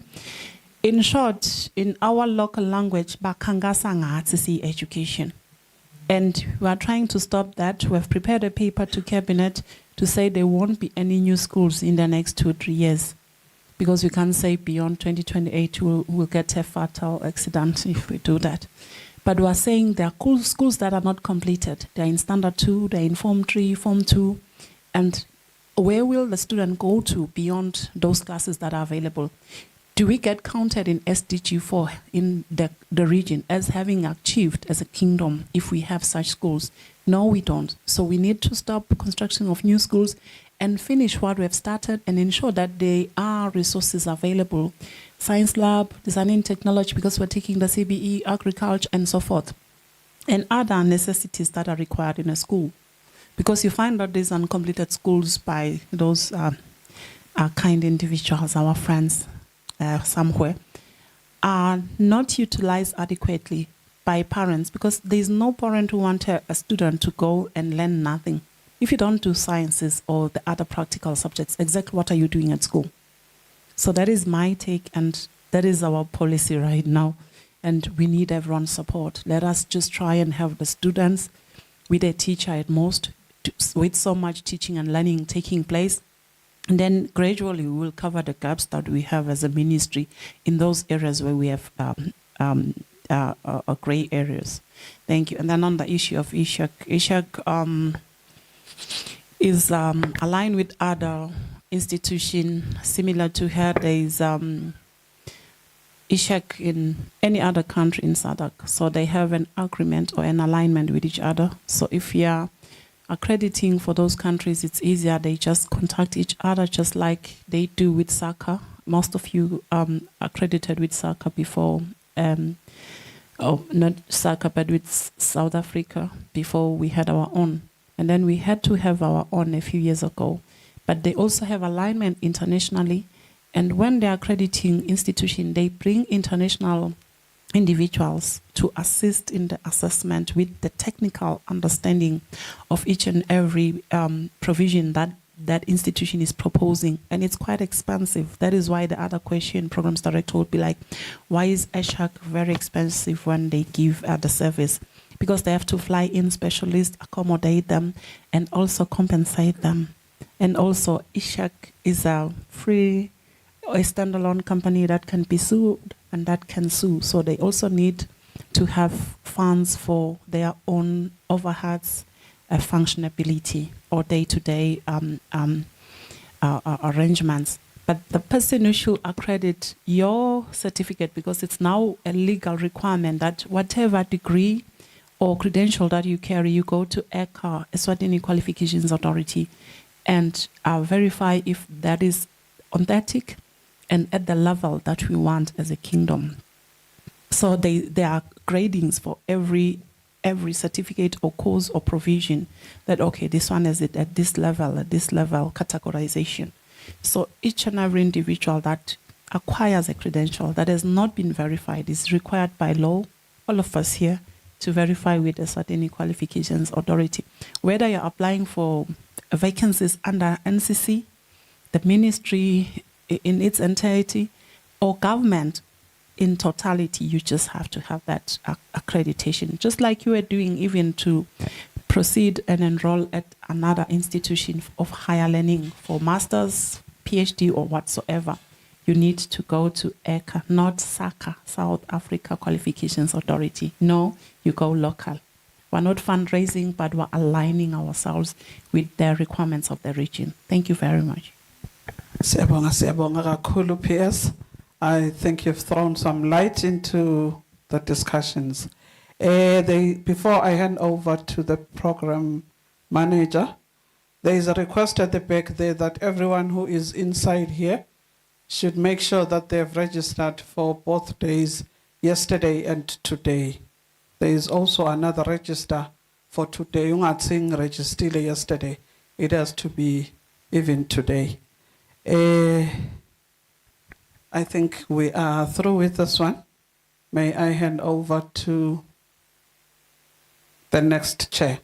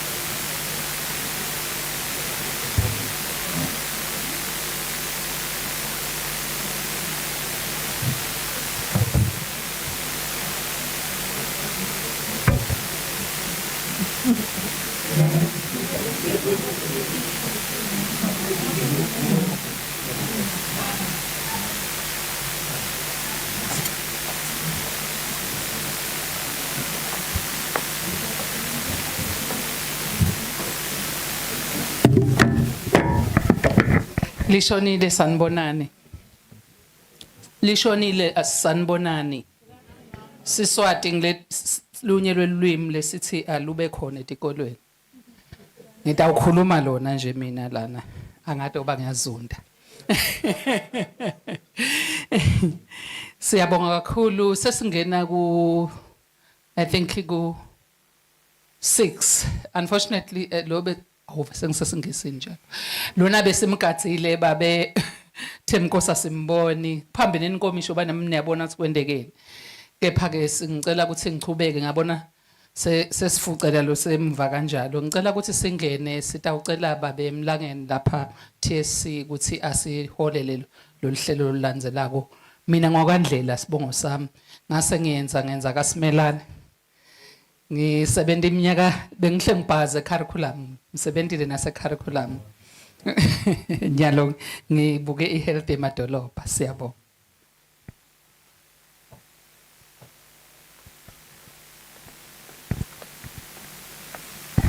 Thank you so much, ma'am.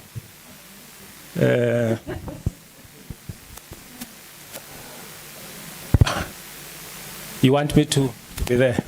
Okay. Thank you.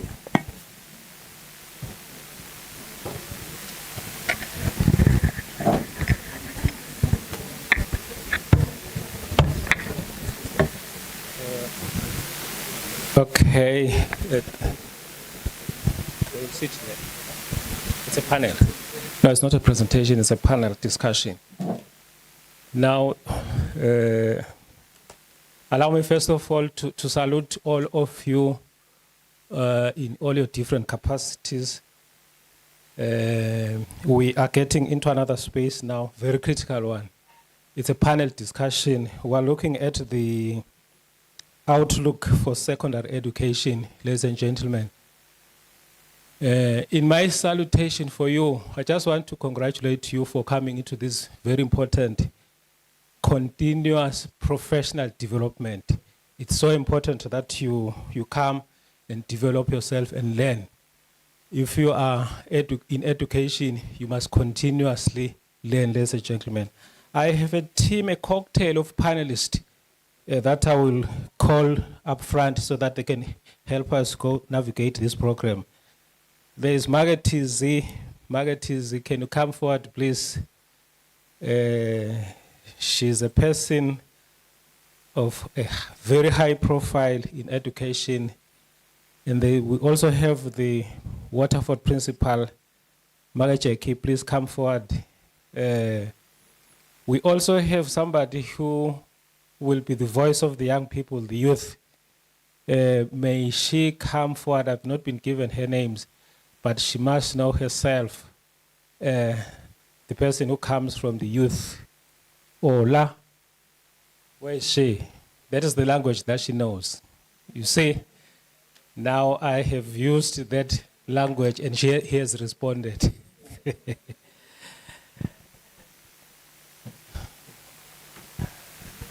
Now,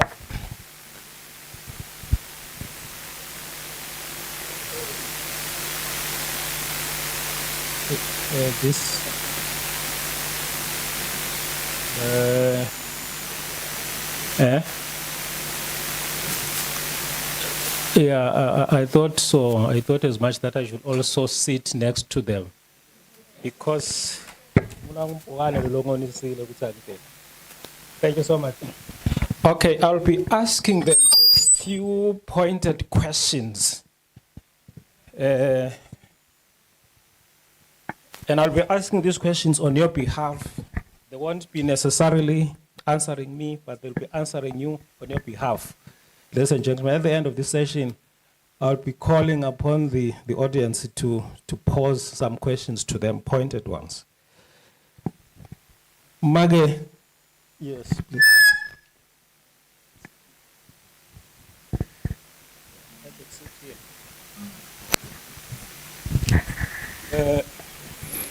Magalizi, Yeah, thank you so much for coming forward. I know you are very busy. But a few questions to ask on behalf of this hungry audience. The first one is, how do you define competency-based education? How do you define it? What's your conceptual understanding of CBE? I have 3 questions for you, and I'm expecting you to finish all of them in 3 minutes. Yes, that's the first one. Thank you. Welcome. How do you define competency-based education, Margatis? You have.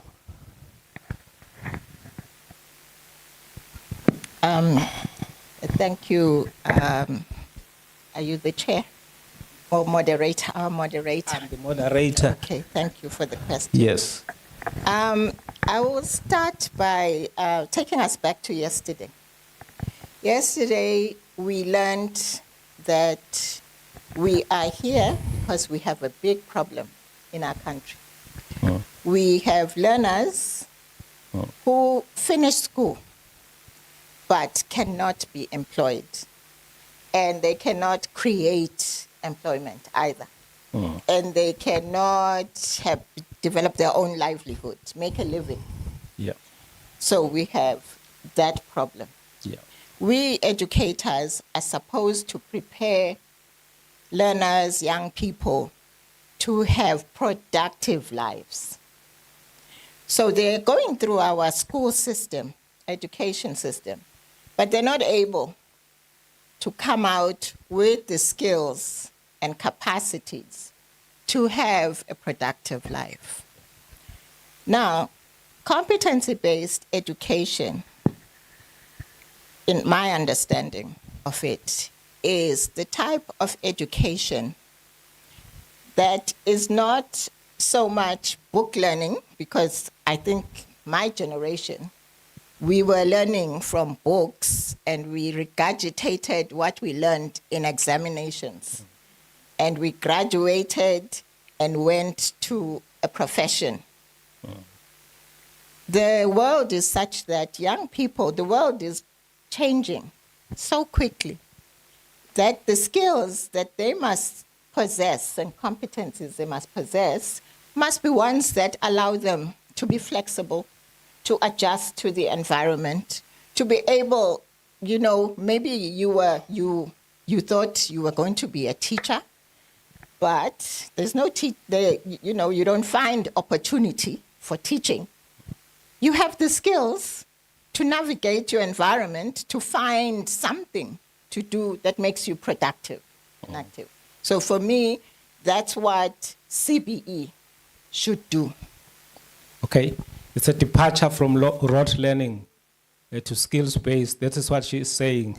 Thank you so much. We want to be creators of job so that we can expand the job market. Thank you so much, Mage. And the second question to you, we have 3 of them. What are the benefits of CBE for learners? But I think you have already hinted on that one. And how do you measure these benefits? Probably that's the part that you may have to explore. Yes. How do you measure these benefits of CBE? Yes. Okay, so we'll be able to measure the benefits a few years from now. Because right now, okay, we have a situation in our country where we've got jobs for, the military. There's 3 of them. 3 positions, say. And in each constituency, you've got thousands of young people turning up. For me, that's a crisis. Actually, it's so scary that you've got 3 positions and you've got thousands of hopefuls. And all of those hopefuls are not going there because they think they have the competencies. Yeah. They are going there because it is something to do. So when CBE will allow our graduates to have the flexibility, but it's not a desperation type of flexibility. We are at a point where young people are desperate for anything that's going to put food on the table. for anything that's going to give them a reason to wake up in the morning. Okay. I thank you, Mage Kizi. It's also a response to the national question that we have, that of unemployment. So we want them to be job creators themselves so that they can also employ other people. That is why we have no option, ladies and gentlemen, to stick to OBE. We must migrate, we must move with time. Thank you so much, Dokotela. What are the challenges that other countries have faced in this transition? Just a few, one or two. Okay. Yes, please. Other countries have faced similar challenges to us. One, there is, it's difficult to make the shift. It's usually difficult. I think as educators, maybe we are, dogmatic. We've been doing things a certain way all these years, and we are comfortable with it. So countries, many countries are actually forced into a change, like we are being forced. We're producing young people, we're graduating them. They don't have jobs. They can't create jobs. So we have to move and take a direction that evidence has told us is going to give us the results that we desire. Yes. We need this paradigm shift. She is saying we don't have to blame those who are resistant. If anything, we need to try and persuade them. Because it's a transition. Sikhule vele sisati thina ukuthi isifundza ngenzethe thina labanye. Ukuthi kune head, thorax, abdomen. Saphasa class because sikhona ku level inzethe. Thank you so much. Ngicela simshayele tandla Make Dlamini. Make Maphalala, thank you so much. Waterford. Make Jackie, I'm coming to you now. She's from Waterford. Just a few questions, not very difficult one. How does your school's curriculum align with or differ from CBE? Maggie. Thank you, Chair, for your question. Good afternoon, everybody.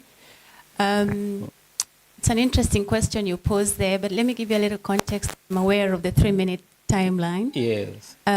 We have 3 phases in our school. So we've got the lower phase that is between Form 1 to Form 3, and we have our own bespoke curriculum. So we don't ascribe to any specific curriculum. Okay. But we have established our own standards of assessment and our own curriculum in terms of how do we want the learners to learn, and what is it that is a learning outcome we are looking for in terms of the skill set that we want them to acquire at the end of the day. Yeah. Then we also have the middle phase, which is our IGCSE, and that's 2 years for the Form 4s and the Form 5s that ultimately culminates in the O-level certification. And we know that's very rigid, it's very content aligned, and we obviously know that there's learning outcomes that we have to fulfill at the end of the day. And finally, we've got the IB diploma program, which is the last phase of the school, 2-year program, very premier, rigorous, and students aspire to go into the tertiary institution after that. So what happens with that one is that we also have a different set of skills that we are trying to make sure that we embed in our learners. So at the end of the day, we've got the IB learner profile, which really speaks to the kind of persona that we want our students to be able to emulate or to be able to become in the world that we are preparing them for. So we're speaking to skills like being balanced, we are talking about risk-taking, we are speaking about communication. How do we engender in our students the ability to be able to become somebody who can stand up in the world and be able to make of themselves an incredible human being and fit in any space that they set out to fit in. So in terms of response to your question in alignment, I think our IB learner profile, the set of skills that I have mentioned, being a researcher, being able to communicate, being able to become balanced, being able to reflect, being able to become a social person in any context, and a whole set of other skills really align to what we call the competency-based education skill set that we are looking for. And when you think about the IB ATL skills, again, there's 5 specific ones that are embedded in our curriculum. So our students will be able to design experiments to meet an intended outcome that is existing. So we make sure that all our students are able to become collaborative, they're able to communicate, they're able to inquire through research, because we have identified, and there was a very good presentation by Dr. Howe just a few minutes ago, about not being able to do certain things when students have graduated. We want our students to graduate and not be half-baked. We need them to get out into the world and be able to research. They should be able to communicate. They should be able to reflect. They should be able to collaborate. They should be able to do all these things that are important for the money market, for the world of work, and just to exist as human beings. So we've got a set of skills that typically align with CBE, and I think it transcends CBE in the sense that we are intentional and we are resourcing this so that our students may be able to qualify. Thank you so much. So the skill sets that you have mentioned are also the center of our paradigm shift. Thank you so much. Now, what are the main challenges that you face in balancing academic rigor with practical professional skills development for your learners? The challenges that you face in navigating your curriculum, briefly stated. I think just speaking about the idea that CBE has its own fair share of challenges, let's start from there. If we do not tackle teacher workload, that becomes a problem for everybody. And I think in the world we live in today, there's always the idea that a teacher can only cater to a certain number of students, right? But if we have a curriculum that is quite intensive in the sense that it stipulates the amount of hours that must be ascribed to a specific course, then it means we have to grapple with the nuances of that technicality, right? So let's take, for example, physics higher level. Physics higher level in the IB diploma program is equivalent to offering physics in the university level in year 1 and year 2. So already these students who are 16 to 19 years old are having to grapple with the technical aspects of physics within 240 hours in 2 years. Now, if you have a teacher who is not able to become flexible and navigate the challenges that come with that very technical aspect of the subject, it becomes really difficult for students themselves to grapple with the course. So we have to always think about teacher workload. We have to think about what does it mean in terms of time constraints, because that's another challenge. So if we have just a few number of hours within a year or two within which to offer a very rigorous course, it becomes very difficult for any teacher to navigate that. So the administration has to think about how can we become flexible, how can we empower and capacitate our teachers to be able to deliver these courses as per expectations and standards. So those two, workload and time constraints, and I think the other one that we have to be aware of is also the resourcing. Can we be confident and say that we have sufficient resources to be able to cater to the needs that are before us? We have to think very carefully around these kinds of challenges. Thank you so much. Chief Secretary, that one is for you. I think you got what she was talking about. How do you currently measure learner success across the diverse pathways? I think the first level of measurement or stream of measurement is really the traditional grading system. As much as we are talking about competency-based education and the idea that skills supersede everything else, it starts with the grades. Because where they go into universities, nobody would want to know if a student can speak so well in terms of their comm skills, but are not able to really have substance in what they're saying. I think there must be a balance that is struck between the skill that we aspire to have our students adopt, but also the content that goes with it. So grades typically will come in handy. And many times we talk about, the traditional methods of teaching. We do not want to have our students go through what she describes as rote learning, and we have to regurgitate content. But I think it's important for us to establish a base upon which then the skills can be applied. So grades will be one measurement, but we also think about projects. We think about research that the students have to do. The internal assessments speak of the worth of education and the worth that we put to learning, we ascribe to learning. So if we have an internal assessment that is weighted or graded to a certain degree vis-a-vis the final grade that comes out when the students sit their paper 1s and the paper 2s and the paper 3s, it means that we can actually marry the two to be able to speak truth to what the student is capable of achieving. We also have students run projects So for us, it's important that at the end of the day, we are very clear that all our students have to take on certain kinds of projects and they have to showcase the ultimate product that comes from those projects. And when they are able to show that, it means the skills can be identified and we can actually qualify them in terms of the output that the students are bringing on board. Yeah. Our students must also each do community service. And through the community service engagement, we're able to see, can they stand up in the community? Can they give back? Can they actually speak about the value addition that is coming forth when they engage with the members of our community? Yep.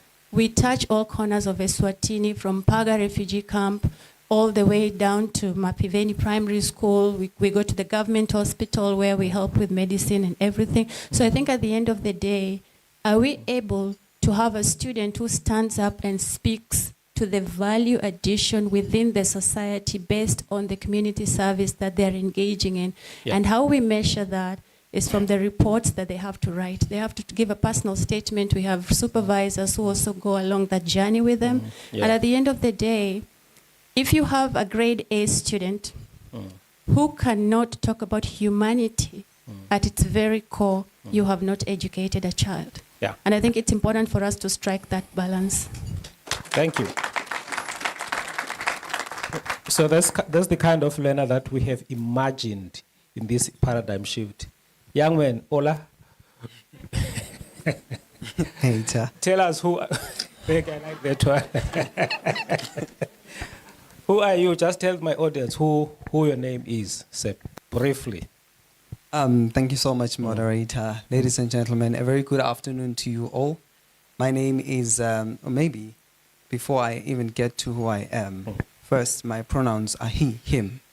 We live in a world where pronouns are very popular amongst young people. I could be seated here and pronouns could be they, them, she, theirs. It's a lot. But my name is Celucolo Selulego Simelane. I sit here today in my capacity as the Executive Secretary to the European Union, Eswatini Youth Advisory Board. In another capacity, I am a National Youth Delegate at the Commonwealth Youth Council. I am the country representative to the United Movement for Youth-Led Sexual Reproductive Health and HIV Prevention Networks in East and Southern Africa. I am a senior youth panelist as well as a project report reviewer to the Global Youth Mobilization. That's enough. That's enough. Thank you so much. Thank you so much. And Thank you. Yeah, I was born in the year 2000. Okay. Yes. Okay. These are a few questions. So, how well do you think school gets you ready for the job market, especially with so many people struggling to find jobs? How well do you think school gets you ready for the job market? Thank you. We are referring to the status quo before this paradigm shift. Yes.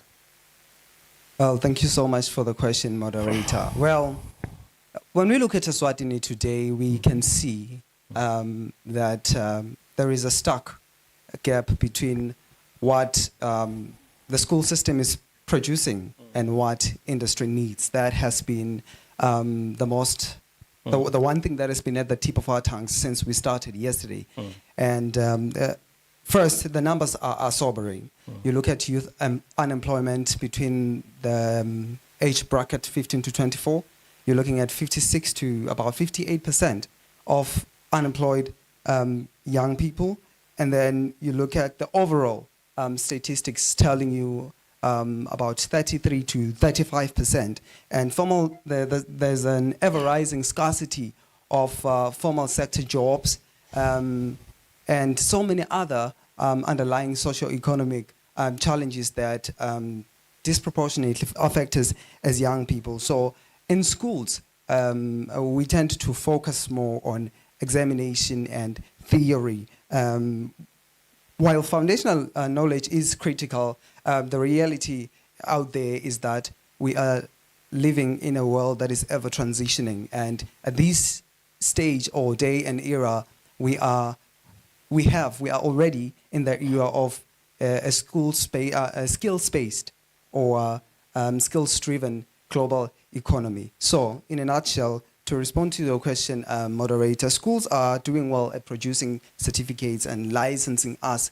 as professionals, but we have a very, very difficult challenge when it comes to translating that knowledge and theory and regurgitated content into bankable skills. Thank you. Very, very difficult challenge when they have to translate the kind of knowledge that they have into practical skills. That is the question that we are trying to answer with CPE, ladies and gentlemen. Thank you so much. Second question, what are the biggest frustrations or gaps you hear from young people who have just finished school and are looking for jobs? The biggest frustrations or gaps you hear from young people who have just finished school and are looking for jobs? Well, from what I've heard, seen in my line of work, and clearly seen from the data that has been presented, we are, maybe before we even look at the data, the numbers, and the reality on the ground, I am a living testimony of what it is to undergo and leave those frustrations from the gaps. I'm a teacher by profession, holding a secondary teacher's diploma in English language and Siswati. And in the context of being a teacher and a professional, a certified professional, I am unemployed. I don't know when I'll be employed. So the first frustration is a mismatch between qualifications and employability. Yeah. That is the biggest frustration amongst young people. You look at the social media memes and posts that we create out of boredom and having plenty of time in our hands, not knowing what to do with that time. We humorously joke about our lived agonizing realities on a daily basis. The principal secretary is listening to what you are saying. Thank you. Well, many graduates report that despite completing their tertiary or secondary education, they lack the technical skills and digital skills even that industries require. We've seen what the 2019 skills audit actually postulates. 67%, about 67% of graduates do not have appropriate skills for the job market, and only about 33% are deemed job ready by industry standards. The second one is the experience paradox. Now, this is a very interesting one that religious job hunters like myself face on a daily basis. Employers ask for experience. And in fact, they do not ask for experience, they demand experience. The qualifications are there, but there is no experience. We're looking for 5 to 10 years of experience. At best, if we're looking for 10 years of experience as an employer, then give me 7 at least. And I'm only 25. 8 years ago, I was in Form 5. Now I have to produce an 8-year worth of experience. I should have started working when I was in high school. So the reality is very, very, very disappointing out there. Now there is the third one is a weak career guidance and labor market information. Students often do not know which sectors are growing. Can you repeat that? I want you to repeat that because I want my audience to get that one clear. Just the 2 lines that you have mentioned. The guidance and job. Or it's weak guidance, career guidance and labor market information. Thank you. That is the one that we are facing, another challenge or frustration that we are dealing with as young people, because we often do not know which sectors are growing. And I'm very grateful for Dr. Howe's presentation for actually showing us the skills anticipation analysis and where the world is headed in terms of skills and everything, because just to exemplify briefly, I am a very, very eloquent speaker, yes, a seasoned teacher. I have so many of my lecturers in the room and high school teachers who are very proud of the work that I am doing, but I did not venture into teaching out of passion. And it is my passion that has gotten me this far, that has taken me to global stages as a young person. And half the time I am met, thank you very much. half the time I am met with insurmountable challenges where I have to apply for certain jobs for which I am already experienced, but I lack the relevant certification. I am a teacher by profession, and instead of being in the classroom rendering passionless and substandard quality education to Bantu Maswati, I would rather empower them by being a youth advocate at large. So that is the challenge. And the last one is hopelessness and high NEET levels. NEET being not in education, employment, or training. Now, a significant proportion of the youth in Eswatini are right there. And had it not been for Gufuguza, as we normally say, when people ask me what I do for a living, I simply say, I'm in Paralima organizations. Like, that's where I am. Otherwise, that is where young people are, and those are the biggest frustrations that we are dealing with on a daily basis. Thank you so much. You know, from her whole speech, there's this one word that I extracted, passion. Yeah, he wanted to follow his passion, but there were no options. CPE must respond to those things. Yes. Now, your last question, ladies and gentlemen. In your view, young men, how can CPE, competence-based education context, address the sense of hopelessness, delusionment, and unemployed youth? How can a CPE context address the sense of hopelessness, disillusionment among unemployed young people? You have 2 minutes for this one, sir. Thank you so much, moderator. Well, CPE offers a promising bridge, a pathway to bridge these gaps. The first one is for us to focus on skills and real competence rather than just exams. If education emphasizes what learners can do instead of what they can memorize and know, then we'll be taking the right path. That's the first one. The second one is aligning school output with market needs. As educators and instructors and educators in our different levels, we need to constantly be in partnership, in communication with industry leaders in terms of what's out there, what are the latest trends, what's going on, and how can we really reinforce and strengthen the efficacy and relevance of our education system to meet those labor market needs. And it goes back to career guidance. We shouldn't just host career fairs for show or as a strategic plan activity. That is one of our KPIs. But we need to take this into consideration meaningfully. Thirdly, we need to have flexible and diverse learning pathways. We need to, such as incorporating apprenticeships, internships, job placements, job shadowing, and all of that. That is education in action. But I'd like to emphasize that the last one, or maybe before I get to the last one, talk briefly about restoring hope through visible transitions. When youth see that some of their peers are placed in jobs, are entrepreneurs, and are doing well using acquired skills in school, then there is that spirit of encouragement and passive and indirect motivation that they gain from that. But the last one, and which I believe is the most critical, we always talk about it in our youth advocacy circles, it is meaningful youth participation and engagement. Gone are the days where we are going to have a room full of stakeholders such as ourselves making decisions for and on behalf of young people.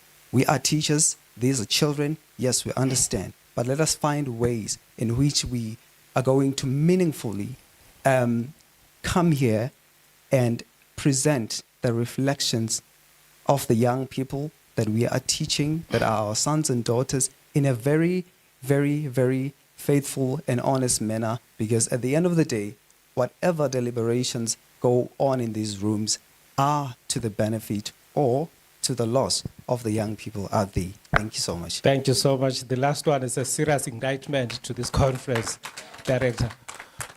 Ladies and gentlemen, just two burning questions from the floor. Just two burning in the interest of time. I can see one at the back. If conference chair will allow me, probably three. But 1, 2 CC. Okay, I have only three. Three, yes, please. 1 minute each, and then you are going to react. The panel is going to react to these questions. You want my mic?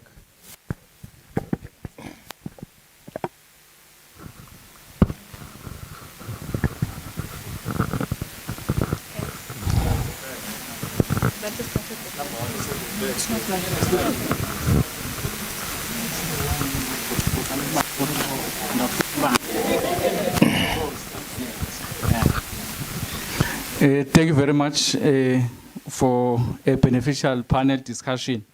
Let me go quickly to the question, but maybe I should start by saying the Swatini journey with CBE showcases a commitment to modernizing education to meet the evolving global standard.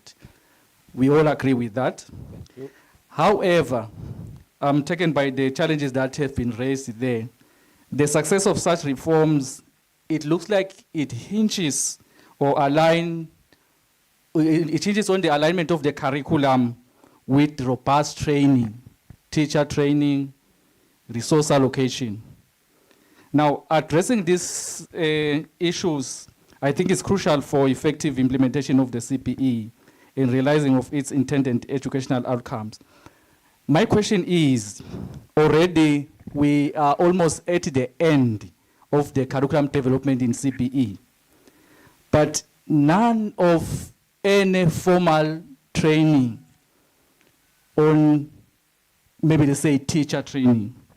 Now, the question will be why the funds, they are only directed to the development, maybe infrastructure on the curriculum development, but less or none funds, especially at the beginning of the development of the curriculum, are directed or channeled to training, capacitating the teachers. The last one is on the balancing of the content that has been highlighted, content and the skills.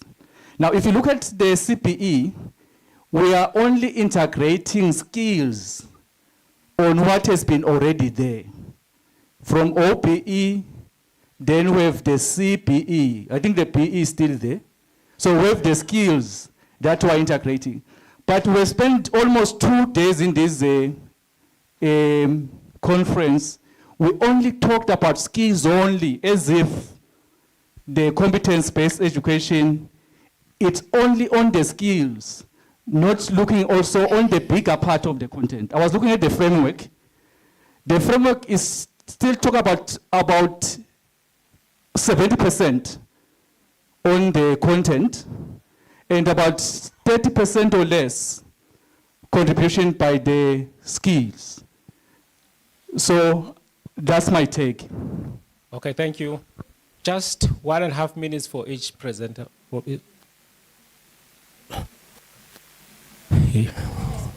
No, not yet. You are taking. You are taking first one. Not now.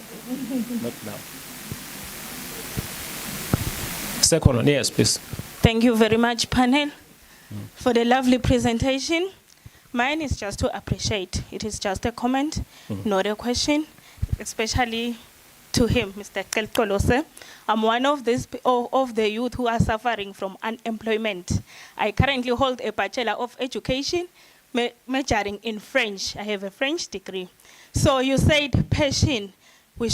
One should have flexible and diverse learning pathways, and then we should be patient. I want to say to you, patience saved me from being unemployed and being at the right place at the right time. Sometimes, I don't know if I could go further. I have passion for French. I did my primary teacher's diploma. I was unemployed. I went to I heard that a certain school did not have a French teacher. I offered my services for free, and I topped the whole of Swaziland. And then I was employed on contract basis. It elapsed. They called me again. The minister said, wow, you can teach. So I have a passion for the language. Having passion saved me. Thank you. Thank you so much. Thank you. Passion. Last speaker, last question, please. Yeah, we've got, yeah. Yes. Thank you so much, and thank you very much to the panelists for the very interesting conversation. I think I just really want to echo the first gentleman that asked the questions, because I think one of your questions, Mr. Chair, was what are the challenges of competency-based education, and what failures have we seen? And I think we all know about Curriculum 2005 in Africa, Yes. and how that didn't work, and the main reason for that is teaching capacity. Yeah. And so I think it needs to be a huge focus. Do our teachers have the concepts, the content, the skills, the knowledge that they need in order to deliver this type of curriculum?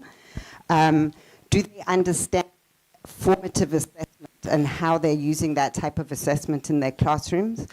In what ways are we building pedagogy and planning amongst our teachers? And then for Mage Mazia, I just wanted to ask a question around assessment. So if we are thinking about a more skills-based curriculum, how is our assessment going to perform? Are we looking at project-based learning? Are we looking at experiential education and thinking about the experiences that we're giving students, the real life scenarios that they'll be able to apply that in? And then if I can just say to Dr. Howe as well, just after his presentation earlier, as we move more and more as Eswatini towards an instrumentalist or a technicist view of education, so an education that funds our job markets, how do we ensure that we are preserving a humanist education? How do we ensure that we are building a youth that is going to revolutionize our society and not just feed our job market? Thank you. My panelists are going to answer some of these questions, but the floor is also allowed to intervene where there's a need. Just 1 minute each. Okay. That came out. That's what CBE will do for us. It will unleash passion because learners realize what they like. An institution because they got 4 C's or 5 A's or what. It's because right now students decide what they're going to do based on what the O-levels gives them. Yes. So, my results say I can get into this place. But with CBE, learners will be engaging with the environment. They'll be engaging with themselves. That collaboration, creativity, that engagement means they will get to realize where their talents are. Teachers will recognize, oh, this one is actually very good with their hands. And then, of course, we have to get over ourselves and give high value to all occupations. The TVET being a cousin to the university graduate, you know, you're less of a person because you've gone to a TVET college, because you're working with your hands. That we have to change. So I believe that, you know, the young people that are saying they've been saved by their passion, you see it, actually, the creatives. It's what keeps them going because they're passionate. They may not make them much money, but they are passionate. So teachers are the primary implementers of any innovation, and they have to be adequately capacitated. We cannot have a one-day orientation and then let teachers loose and say they have been trained. Even a week, the first week, with hands-on experience, not with a lecture. With a lecture, maybe just the background, the philosophy, what is expected, but the methodologies, the pedagogies, teachers are going to have to experience them themselves. So there's micro-teaching in those workshops. And it can't just be one workshop and we wait for another one. School-based capacity building. So are you stopping me, Mr. Moderator? Yeah, no, you can continue, but we are going to address this part of teacher capacity, ladies and gentlemen. We've already set aside a budget for that. We just want to allay those fears. Last time, we were making a plan about that. So that is in the pipeline. I just wanted to give you that assurance because we don't have to scare you unnecessarily. Thank you so much. And not only teachers, moderator. Yes. Heads of schools are the first level inspectors in any school. So heads of schools must be aware of all innovations, what to expect. A CBE classroom is not a classroom where you're going to find learners seated in a row facing the board. They are working, they are talking to each other, collaborating, working in groups. They may be even outside collecting information. So a head teacher must know that it's okay, there's learning going on. They are busy, learning is going on. So head teachers will have to be trained and teachers must be adequately capacitated. I'm just going to circle back to what she has said, but I want to just laud the moderator for confirming that there is funding for teacher capacity building. And I see you look across to the peers, and I think that's a good sign. So I think that allays most of our fears here. But can I just take a different stab at this and speak about what schools can do, and not necessarily what the government must do, because the government must do its part. It must play its role. But what can schools do? What should schools be thinking about? What kinds of strategic thinking goes into the works? Because I think it is important for us to think about how can we become innovative in our own spaces, okay? So it starts with sitting and planning and saying, I'm going to be able to create opportunities for my teachers to have capacity building and professional development on an ongoing basis. We're speaking about lifelong learning in the CBE, right? Yes. How do we demonstrate lifelong learning if we don't provide opportunities for our teachers within our spaces to be able to create communities of practice which we are proud of, that speak to the standards that we want to see in our institutions? Can we have dedicated planning times for our teams? Can we have opportunities for professional development? Can we have opportunities for mentorship? Not all teachers are the same. Yeah. They could be delivering the same content. They could be delivering it in a manner that speaks to planning that has been collaboratively fostered, but it will never be the same. Yeah. But how can we make sure that we attach teachers among our staff to become mentors to other teachers? How do we ensure that within 1 week or 2 weeks, we have dedicated planning time? Yeah. How do we speak about the processes that are unfolding in our classrooms if we don't have dedicated opportunities for professional development? It doesn't have to cost money. It can just cost time. It can cost you to think about who in my staff or who in my community or which school can I partner with to be able to provide that which is necessary for my teachers to grow. If we're not innovating within our planning and within our thinking, then we are not going to be able to hack this particular curriculum. If it is hands-on experience and we are learning by doing and we want to demonstrate this to our learners, we have to become creative. We have to think about what subjects are we offering and how are we offering them. We have a subject, for instance, called environmental systems in societies. We are thinking about installing a 1 megawatt solar plant right now. We've just come from Tabankulu to witness what it is that has happened with their own plant. How are we going to make sure that even though the solar system installation is not part of the environmental systems and society's curriculum, how do we get our students out of the traditional classroom to go into the solar process and see how do we plan it, how do we install it, how do we maintain it, how do we ensure that they get the passion that he spoke to, so that in future they're not just going blindly into an engineering field, but they're thinking about where is the world going, how do we respond to these needs through being creative and offering those opportunities for our staff, but also for our teachers. I think it starts with us. We can wait on the government to provide the money and do all these things, but what are we doing in our own capacity to be able to innovate and to create the opportunities that are necessary for our staff and our students to thrive in those environments? And I think that really speaks value to what it is that we can do, and not just sitting in our laurels and waiting for things to be done for us. I like that one. The initiative by the teachers themselves, head of schools themselves.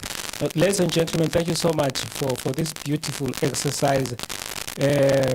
We are still going to roll out trainings, ladies and gentlemen, of education. We're still going to get into that space. PS wants to bail me out here. Thank you.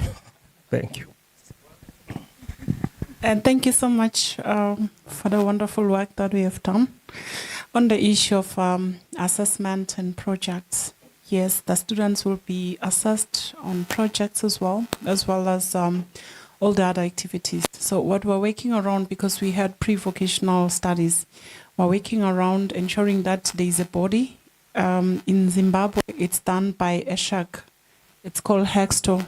They also do examination for pre-vocational activities, so that you cater for students who are not academic inclined, who can't go for engineering and stuff, but they can do practical activities and get graded, and still continue to a technicon or to a technicon, to VOC for us, or a polytechnicon eventually, because we're looking into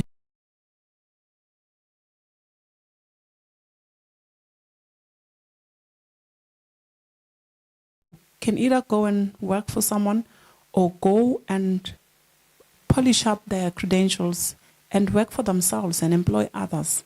So that answers the question on whether the CBE will assist students to stand on their own and never look for jobs. It will depend. Those who still want to lean on other people, they will do so, but they know that they'll be working. They know how to do the work, as opposed to now that the gentleman here was saying, we just come out without the skills. We come out knowledgeable, but without the proper skills. So the project, it's not just about assisting the student to pass, but it's developing the school, answering community questions, answering national concerns. So the student will be encouraged. What we've seen in local, because we've also benchmarked with the local schools who are doing CBE, they are doing quite great, including your own school, the Waterford. And we applaud you for that. But I encourage teachers to group themselves and also visit the local schools. And also, when necessary, it's just that we don't speak Portuguese, but Mozambique is doing well as well. So we can also take a day trip and see what they're doing. On the issue of training, well, our plan is already with me. It's just that the minister hasn't seen it and we have not discussed it at that level to unveil it. But we're studying with the head teachers, because head teachers has to assist students to choose the pathways. And we'll train the head teachers and then train certain teachers which will be coming from each and every school to become trainers, and then provide the material and allow them to do the training, providing also whatever they will need, of course, including refreshments, because you can't go without food. So there is a budget for that. And we've sent a team of inspectors with the Chief Inspector of Secondary, and also the NCC next to me with the Executive Secretary to Zimbabwe, and as well as the unions or associations, SNAT and Eswatini Principals Association. And some went to Zambia as well. Some will still go to Mozambique, some will go to Kenya. So it's work in progress. What we've observed in the other countries like Zambia, they just started in grade 0, and grade 1 and Form 1, but we started in grade 7. So it's been work in progress. We've been working together with teachers, just that right now we're moving to grade 8. But we enlist the support of teachers, because we can't just roll out CBE alone without the teachers as our supporters and as the people who are trained on the ground to dish out the knowledge. But I encourage teachers to also be ready to use their own resources like gadgets, because students are encouraged to it's called Bring Your Own Gadget in Zimbabwe.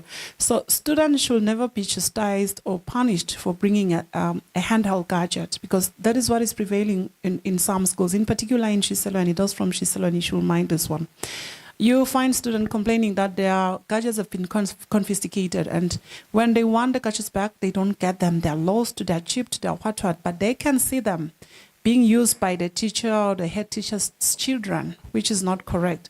But what I'm driving at is that we should move away from archaic thinking and allow the student to experience, experiment, because they'll be doing research online, they'll be coming with their own ideas, and we expect the teachers to be ahead of the students, not to lag behind. That is very important. Otherwise, let's work together in ensuring that we achieve this, because in 3 years' time, the kingdom will be isolated. No student without CBE will be allowed in the universities of our SADC colleagues. They have already given notice, and we have to work around ensuring that we move on with times.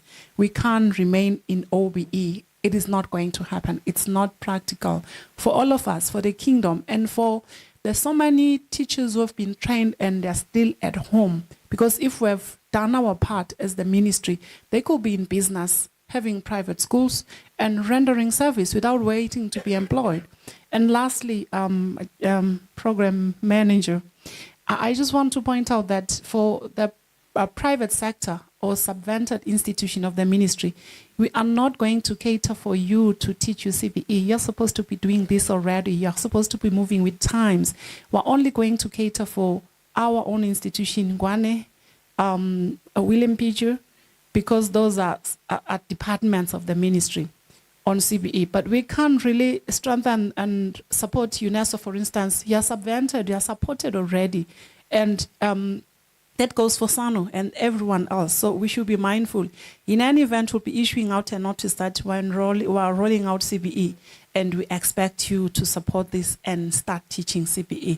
That is what our neighbors are doing. So we can't move away from what already prevails, because really, can we have the muscle to train university lecturers on CBE? This is a normal trend. You're just supposed to be flowing with the water, actually. Thank you so much.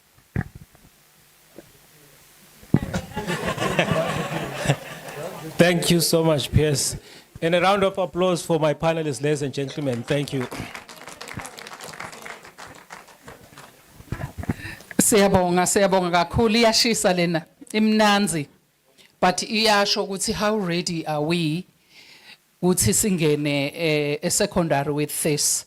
Lenguthanzile lokushiyo ngumntwana nami lapha uthi nothing for us without us.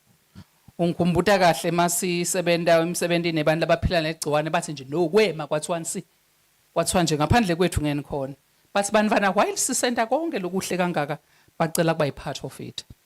So sifunze lokho, asibashayeni intandla basebentile lenza bale uyayibona ukuthi saqala nje ufuna ichubeke. PS siyabonga, sicela ukuthi lamadalo kachubeke lana afuneka awoshona ngisho phansi, so that nathi abantu baseshiselweni sibuye sibe kanye kanye kulolu hambo lolu. Thank you very much.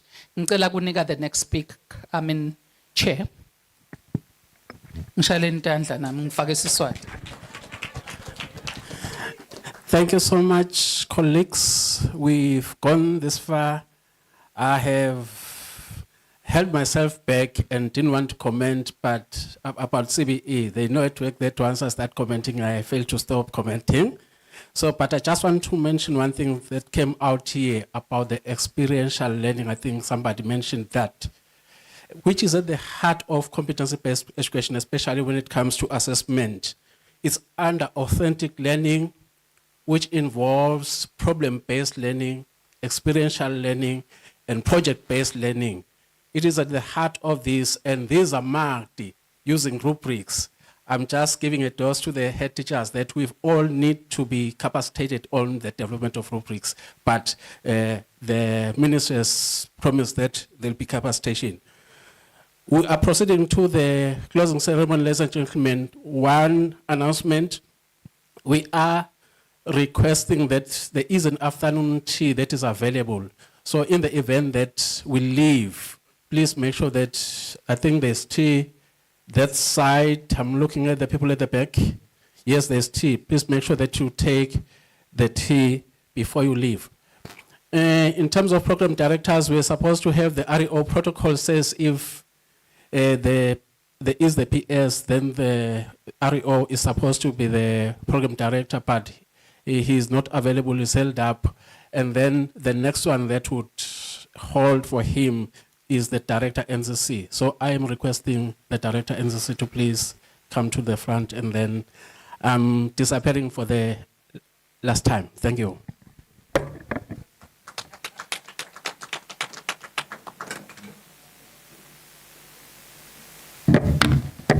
Thank you, Program Director. We really appreciate the progress. I feel like we remain here. Sake madogodo. We must come up with tens. We remain here. This is quite very interesting. The discussion is very interesting. As I'm sitting there, I'm actually noticing that the advocacy has already begun, and it should continue in our little corners where we are, because we are moving forward together. Thank you so much. Mine is not to make comments, is to actually drive the ship.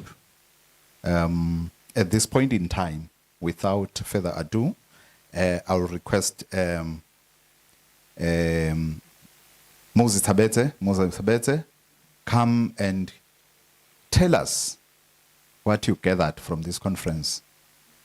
We want to hear and we want to see where there are gaps we can punctuate, add, because this is conference. It's not a single man story. Moses Tabete, let's give him a round of applause.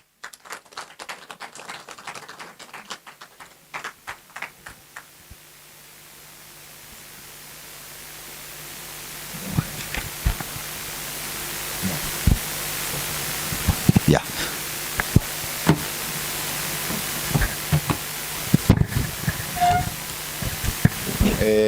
Meantime, he's trying to connect his devices. The poem will be ready after he has read the communique.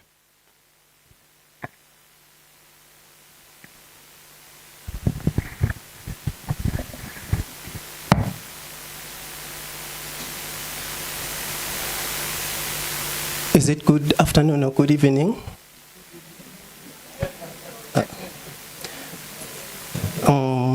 I understand that we are running out of time, and I've learned here that if you want to do things quickly, you simply say, with all protocol observed. Ladies and gentlemen, I stand before you to present the communique, which is a document which outlines strategic statements that have been obtained from all the papers and presentations, as well as discussions that have been made here.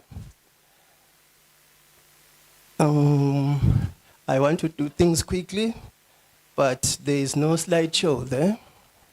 It's coming. Okay. So, ladies and gentlemen, even before you see it, you already know that the theme of this conference was about implementing curriculum reforms in Eswatini towards Education Global Agenda 2030. I don't need even to remind you that this was held here at the George Hotel in Manzini. Are you sure it's coming?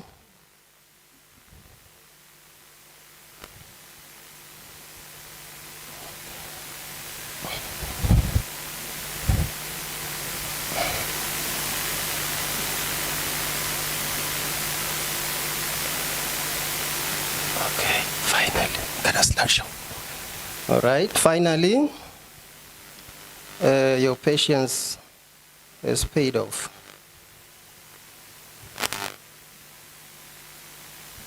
So this is the theme of the conference, and beneath it, I'm describing the audience that was here, policymakers, educators, parents, students. And I'm also outlining the aim, that the aim of this conference principally was to align our curriculum reforms with UN Global Agenda 2030 as well as DG4. What did we find? The first session, the Minister for Education and Training expressed a vision for curriculum reforms in this country. He said, Eswatini has already identified competency-based education as a framework for aligning our curriculum with Global Agenda 2030, SDG4, as well as national aspirations. While SDG4 and Global Agenda 2030 are new in our discourse, the national aspirations since 1995 have always stated that this country needs competency-based education. If you are disputing this statement, you can go read the foundational documents, starting with the report of the Economic Review Commission of 1995, Chapter 7. That's where the people of Swaziland, at macro level, expressed the desire for competency-based education to be introduced in this country. Ladies and gentlemen, there is a reason why the ministry is going for competency-based education. It's because it equips learners with the requisite knowledge, skills, and values for sustainable development, as well as what the first speaker in the morning called sustainable livelihoods and lifelong learning. Competency-based education seems to be a perfect framework for integrating all that. And it emphasizes a shift from content-heavy to learner-centered approaches. It fosters critical thinking, creativity, and adaptability. The main aim is to produce a knowledge-based society. In our discourse, a knowledge-based society refers to people who are able to apply and demonstrate learning to resolve socio-economic problems. Already, the speakers this afternoon have talked about this problem, that we have the content. It rests as declarative knowledge in our minds, but we cannot do a lot with it. We do something, but it is not enough to resolve the socio-economic problems that this country currently faces. I don't want to expand because today I'm not teaching. Now, having established this vision, it informed us to categorize everything that has been spoken to 8 strategic priorities or high-level areas to guide decision-making on CPE implementation. We had to do some categorization because there was a lot of information that you gave us. We came up with 8 issues that we feel can assist this could assist this country to implement competency-based education effectively. The first issue relates to curriculum design and alignment. We need to align our curriculum, make it competency-focused, emphasizing the KSA, or the knowledge, skills, and values. Integrate other emerging issues, such as sustainable livelihood and improve career pathways and lifelong learning. Support inclusive education and diverse learner needs. Specify end-of-phase competencies to evaluate attainment at each cycle phase. Again, I don't want to expand a lot on that. It's self-explanatory. And then assessment. Again, we need to review our assessment strategies. We need to develop assessment for mastery and really in real-world application. Use formative and summative tools beyond rote testing. align ourselves with academic progression, career readiness, and global standards. Capacitate teachers on the use of rubrics. Rubrics are used a lot in competency-based education because it is difficult to assess skills and values without appropriate rubrics. They are not totally a new phenomenon, but they become a massive culture shock to teachers that are not used to using them. Now, another critical issue is teacher development and instructional quality. We need to prepare our teachers, help them enhance pedagogical skills for competency-based instruction, empower head teachers as well for leadership and new curriculum management, promote learner-centered teaching, as well as teacher motivation programs. Teachers today need to be motivated with one fundamental issue or approach, one method. As long as the teacher is hungry for a reliable contract, they said it here that we need to do away with extended temporary contracts because they demotivate teachers, and also maintain the national awards for teachers. And the ministry did indicate this morning that they are now doing that during events such as Teachers' Day and others. That's commendable. The next issue is institutional capacity and infrastructure.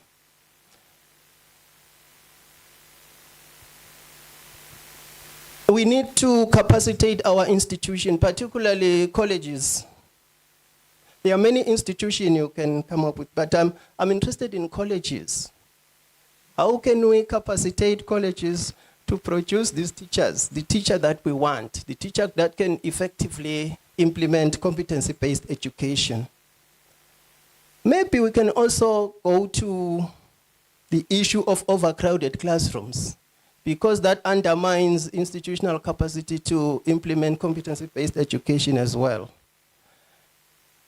I would like to talk about the use of digital tools, but I know that in the short term, we cannot attain that. We have to improve gradually. But that should be a target, a meaningful target, in order to improve the delivery of competency-based education. We also need to improve monitoring and evaluation as well as data systems. Use evidence-based data for policy decisions and continuous improvement. I'm happy with what Dr. Howe said. He made a clear example of how to use evidence-based data for policy decision making when he talked about skills that are required in the market currently and in the future. We need to have something like that as well in the area of education. Monitoring also includes the work of MEs to tell us what is happening in the schools now and again, so that immediately we can come up with interventions to address those problems. Now, the next issue is stakeholder engagement and sustainability. Here, the main issue is collaboration with policymakers, educators, parents, and students. On day one, we noted that some parents, in the report presented by the evaluation department of the NCC, that parents are not in the know what CPC is all about. They don't even understand the report cards that we give to them with the view of trying to tell them how their students are performing. They don't understand that. Instead, the parents are reacting, pressurizing head teachers to revert to numerical marks in schools and positions because they understand that better. The reason is that they don't know what this CP is all about. So we need to improve stakeholder engagement and consider parents as an important stakeholder during curriculum change.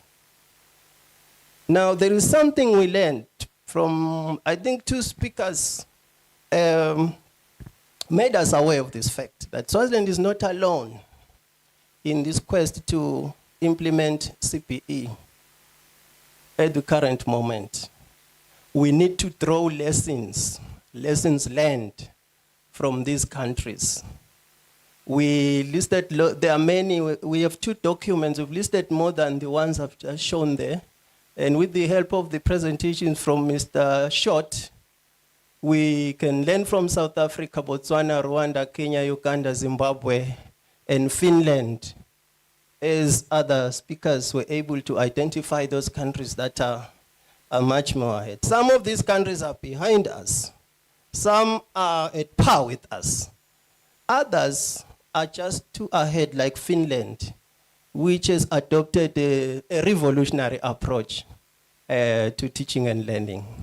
Ladies and gentlemen, we believe that if we adopt these 8 priorities, we will be able to drive CPE that is inclusive, future-ready, and empowers all learners for a dynamic future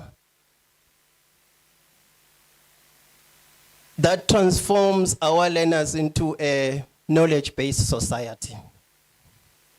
With these few slides, ladies and gentlemen, I have presented a summary of what you said in this 2-day conference. I may have left out a few things, but I'm sure that we can still, whatever you have, we can still categorize them within the 8 focal areas I've just talked about. Normally, a communique translates to commitments. But what I have presented here are statements of intent.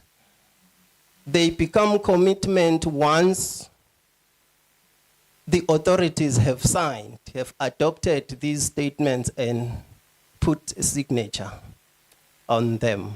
I don't know whether there is a speaker who represents the authorities who would love to stand up and endorse these statements, or I have done my job. I simply need to say goodbye and sit down. Mr. Shop is indicating that he's coming forward. Yes, thank you. Let me hand over to the program director.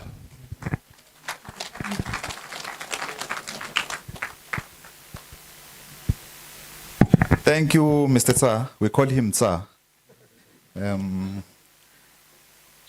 Sure.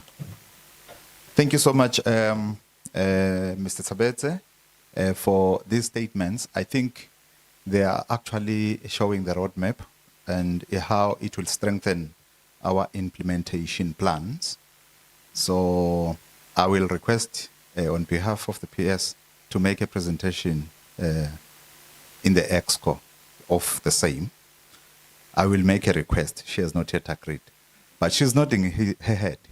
So that actually we come up with a comprehensive plan and enrich the plan that we already have, because we're in serious business here. We are not here to play. We want to move. We want to work.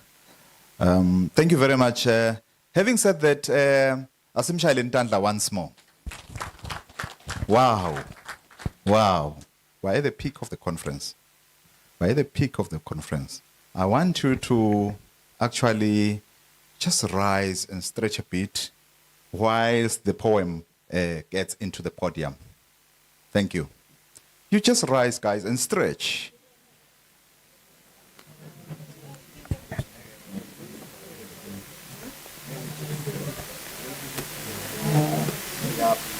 Poem, students come for the performance. We want to grace the performance now. Wow. Wow. Yeah, you can have a seat if you are fine.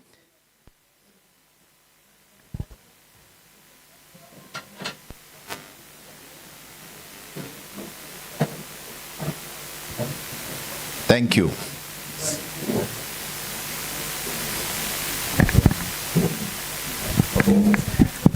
Okay, over to you, gentlemen and lady.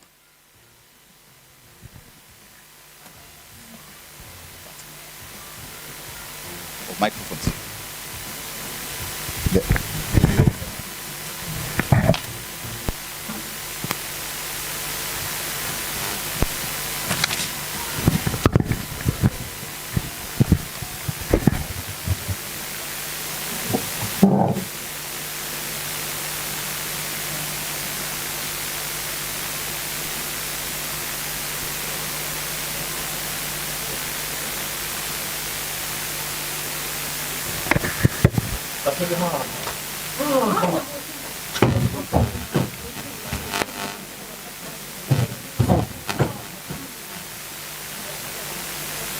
The burden of it. I am the bread.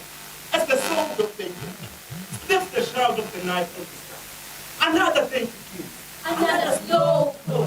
These fools. Power. The same witness. Sheltered in dark. On and on and on. But of God, please take away this yoke from me. All right, grade 11. And my body, make out of his flesh. He left alone, and lonely town, I wish. Sitting in the door.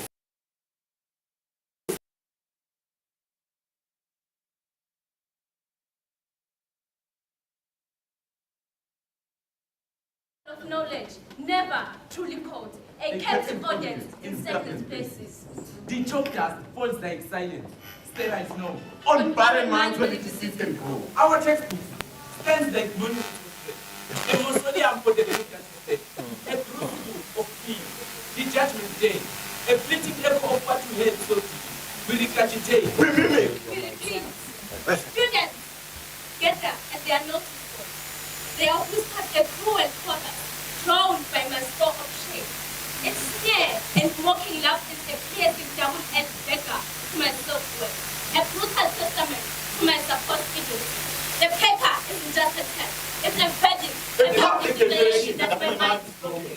This small number isn't a measurement of knowledge. It's a weapon that burns me, leaving me to feel like I'm nothing more than a failure. The test score isn't a grade.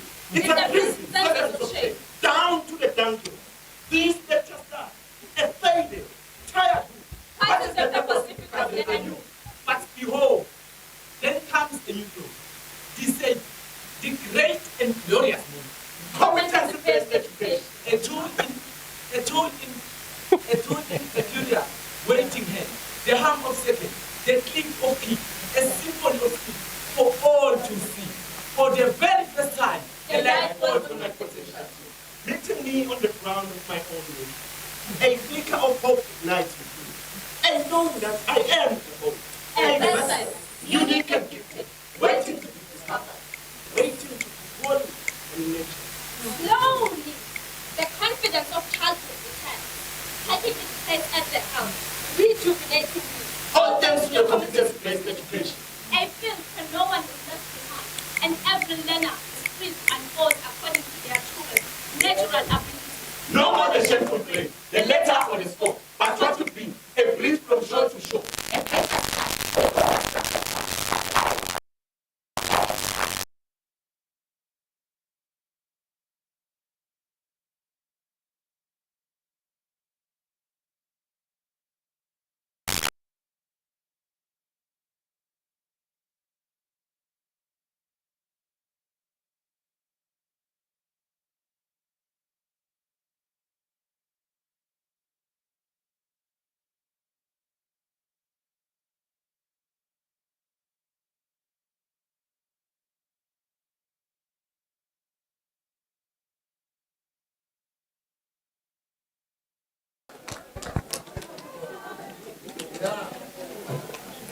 I'm hearing a sound, wow, yeah.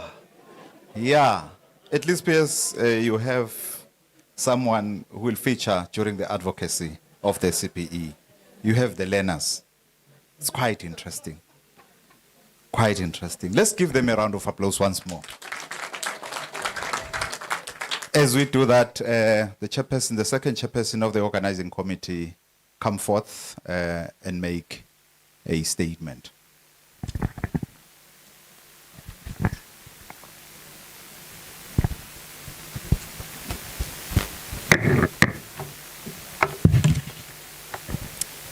afternoon, ladies and gentlemen. I'm standing here on behalf of the organizing committee, the NCC organizing committee, to cast a vote of thanks. The principal secretary, distinguished guests, esteemed sponsors, valued delegates, ladies and gentlemen, good afternoon. On behalf of the NCC Conference Organizing Committee, we would like to extend our deepest respect and appreciation to the Honorable Minister who came to open up this event yesterday. We thank the Ministry of Education and Training for permitting us to host such an event. Thank you for your trust, support, and unwavering commitment to advancing Eswatini's education. A conference of this magnitude would not have been possible without our partners. To our esteemed sponsors, the European Union, and all the partners and organizations that have stood with us, we offer our most sincere thanks. Your generous contribution have made this conference possible, and you have also shown your faith in the power of education as a catalyst for national development. We are truly grateful for your partnership in this vital mission. Our esteemed delegates, you are the lifeblood of this conference. Your active participation, thought-provoking questions, and invaluable contributions during sessions have made this truly dynamic and engaging forum on curriculum reform. Your contributions were truly inspiring, culminating in a shared and unanimous commitment to a more inclusive, learner-centric, and future-ready curriculum for Eswatini. Thank you for making this a truly memorable gathering. Finally, to the NCC Conference Organizing Committee and every individual who has dedicated countless hours to these meticulous preparations and flawless execution of this event, words are not enough to express our gratitude. Your commitment and excellence and your tireless efforts have turned a grand vision into a tangible and seamless reality. We extend a huge thank you to your hard work, dedication, and making this all possible. In closing, we leave this place with new ideas, a renewed sense of purpose, and a shared commitment to action that will shape the future of every learner in Eswatini. Thank you all for being a part of this momentous journey. God bless you, and we look forward to working together in the future. Thank you very much. Before I sit down, we would like to extend our apology for those presenters who were not able to present in their parallel sessions. We were pressed for time. We are very sorry about that. And please do not deny us next time. We hope things will go good for us. This was a consultative conference, so we were not able to present all our papers. We apologize very much on that. Thank you very much.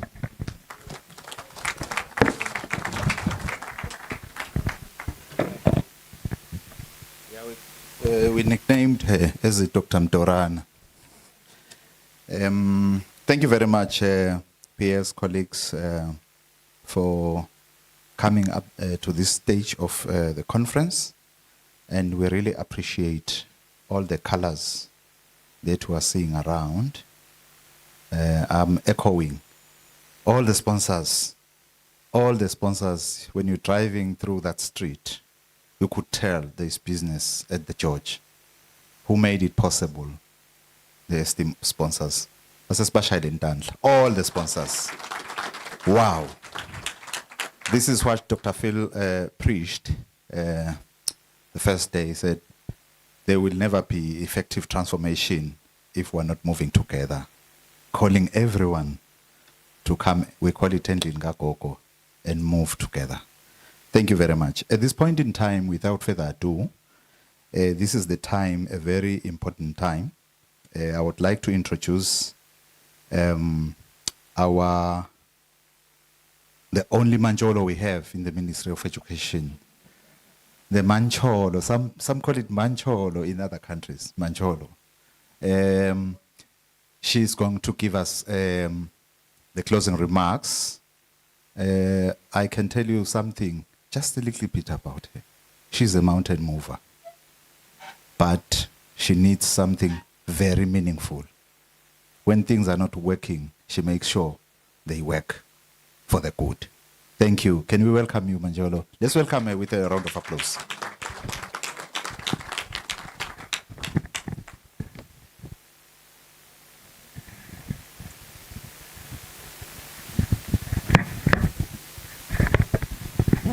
Good afternoon. Yes, thank you for having me here. First and foremost, I want to thank you for taking your precious time to come here to this conference. Your contributions are all worthy to be taken into consideration and also adopted. I understood from the summarizer, saying he needs authority to endorse the approval of the recommendations. Mr. Tides is unfortunate that I need a handsome to approve, then I can approve. Then Gorgeous can approve before I get fired, because there is section 75, there is section 76, there is section 71. Whilst Mr. Tlop is assisting me, I want to apologize for yesterday. I had a very serious appointment with section 70 something and 71 as well. Yes. There are so many sections of the Constitution that you get to have an appointment with. Yes. I had one with Lukoko at 11, so I had to leave earlier because it was a serious discussion. And also with the Prime Minister, so my apologies, my sincere apologies. I wanted to be here. Having said that, to our sponsors, European Union, you've been our friends in rainy season, during the snowfall, during the sunny one, and also during the gloomy days. When we say in Siswati, libafati batvu binyama, to say it is sulky, the sky is sulky and wanting to drop down. Thank you so much for your love, for your support. I found you already on the ground. I used to work for the Teaching Service Commission 16 years ago, I should think. But when I came back, I realized that you have assisted the ministry with free primary education payments. Yes, we made mistakes and altered the agreement and all that, but you didn't run. You say, no, we're changing gear. We're going to assist you in other spheres as well and support you during the enrollment of the CBE and primary schools. Thank you for that. Macmillan, thank you also to Imisebe, to Ntlabati, Swansefa, and every one of you. We value you. And to our panelists, thank you very much. The organizing committee, we appreciate you for all the effort that you have put together. And also, all of you coming from the different angles of the country, we greatly appreciate you. Mr. Tlop, I'm not a BBC, but your iPad has gone black. You know, when you are used to your own things, it's not like I'm born before computers. I've got a phone. I've had a phone, colleagues, since my university times. Mr. Allen from EU can attest to that. I was the first one to have a phone because I was planning to marry a rich man. So, yeah. Phones were very expensive then. But, you know, someone proposed to me, I would like to consider marrying you in the future, so I'm proposing with this phone. And you know, a girl is a girl. I was still a teenager then. So yes, I felt, yes. I was, hi, Alan. Hi, Alan. Then, you know, by then I was from Miss Swaziland. Yes, I went for Miss Swaziland principal at Waterford. And I did achieve. I was not the most beautiful girl, but I was the most beautiful inside. Because calculating from where I came from, one of the locations in Babane, I'm from Sunduza with some colleagues here. I won't mention them. I don't want to embarrass them. I want to embarrass myself only. So, yeah, coming from Sunduza, I'm raised by a single parent. I've achieved to be fourth princess, if there's something like that, but I came fourth in the whole beautiful girls because I could, you know, could walk. I like that because the youth, the 2000s, they don't like clap, clap, clap, they go. So I'm also teaching you. When you enticed by the poem, you go. I was very impressed, and thank you, organizing committee, for this beautiful edutainment, not entertainment, edutainment. Yes, I appreciate all of you. I'm like that. It's just that Mr. Lopez asked me to prepare, so I told him we can prepare. But I don't usually. I'm like my handsome minister. I just speak from the heart. Because Baba Beshope, they will tell you things that you can't really, you know, formalize in your head, or you can't live up to the expectations. So it's best to speak from your heart. But having said that, I want to appreciate you for coming up here and assisting us as a ministry. I found CBE, because I came 3 years ago, I found CBE already there at primary. So this is your baby, our baby. So please help me not to burn the house, because if it becomes black with ashes, I'll be uplifted to another ministry for having failed to achieve CBE. But you will remain at education. That is the problem. I always tell my executive committee that you'll remain here in these ashes. So help me to help you remain in a clean environment to be successful, because I can't do anything if you don't want to do anything. So I'm pleading with you. I'm pleading with the teaching fraternity to assist me achieve what is best for the country, because I'm a social scientist. I can't achieve pedagogy stuff, but I can assist you drive the train and sing, owe, owe, owe, owe. And then you row, you row, you row. Me, I sing, you row, you row, you row. Then we reach the final point, we win the game. Otherwise, I value you. That is why we're having a Teacher's Day, because Mr. Tsao was asking. And then next year, I was still going to speak to EU, Msebe, Macmillan, Swansefa, and my friends. We're having the Principal Secretary's Award, the best performing school in the region, or the total in the country. If my friends then they don't come on board, I'm going to do it alone, with me, alone, not with government, but with me, for the best performing in the country. I told Dr. Tsebi at the secondary school, also Dr. Dlamini in the primary school. But going forward, I know when my friends, my friends, not education friends, my friends, when they see I'm doing well with myself, then they will support me. Then we can expand to all the regions.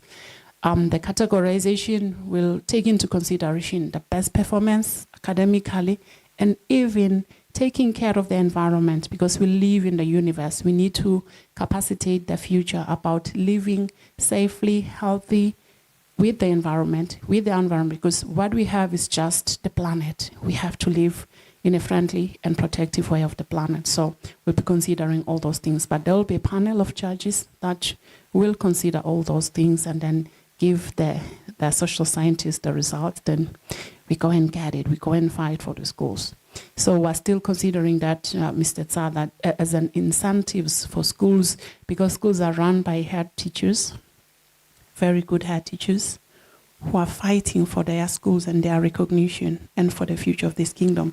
So a recognition will go a long way in boosting their self-esteem and also ensuring that the performance remains atop. I won't unveil what the Prime Minister said, because most probably he will come to the Teachers' Day and say it himself. He told me something yesterday, something very exciting, on how we could manage the free primary education and ensuring that even schools at secondary, the vulnerable are taken care of. but I'm still working on the paperwork. So it wasn't like but you were working. Colleagues, don't see what you see from the media. It's just not true. I'm working very hard with everyone who matters to make sure that the future of this country is taken care of and protected. So we're working around the Teachers' Day and what should follow. Having said that, Mr. Lope, thank you so much for asking me to come here. I don't usually come to Manzini. I'm a bit scared. I'm from Baban, so yes, I only come when I'm coming to the Wednesday market. You know the Wednesday market. Yes, the Wednesday market. EU. Even when I go to France, La Péri, I take a train and go to the market because I like the market. I don't like it when people are wearing my clothes. I like to wear my own things. I go to the market so that I can have my own outstanding items. As a ministry, we want to strengthen Eswatini Schools Living Certificate to attain a status of level 4 in the qualifications framework. Currently, we're number 3. We're 3, and the reason why 3 is because of STEM. We're weak in STEM. That is why my proposal, Mr. Tsa, before we can sign, is that we could ask teachers to improve their take at ICT and mathematics or STEM, because you can't improve STEM by having deputy head teachers and head teachers who don't have STEM. Other countries have taken a drastic stand and say, no, the quality that we want for head teacher and deputy, it's STEM. At least 2 subjects in STEM, then you could be a head teacher, because that way you could encourage even the student, you could assist them to achieve their best in terms of STEM. So we're still going to engage all of you through the necessary channels and see if we can achieve this. From there, we can be able to move on to the correct level. The other thing that I want to emphasize to this gathering is that at SADC level, we're going to be isolated if we don't embrace CBE. They've already told us that in Zambia, for instance, and Zimbabwe, our students are starting there. They're saying they won't want them in 3 years' time. As for South Africa, they're saying actually they don't want them as of today. But we're negotiating. Please, you don't just disengage with people who have helped you during your struggles and your difficult times, or your neighbors.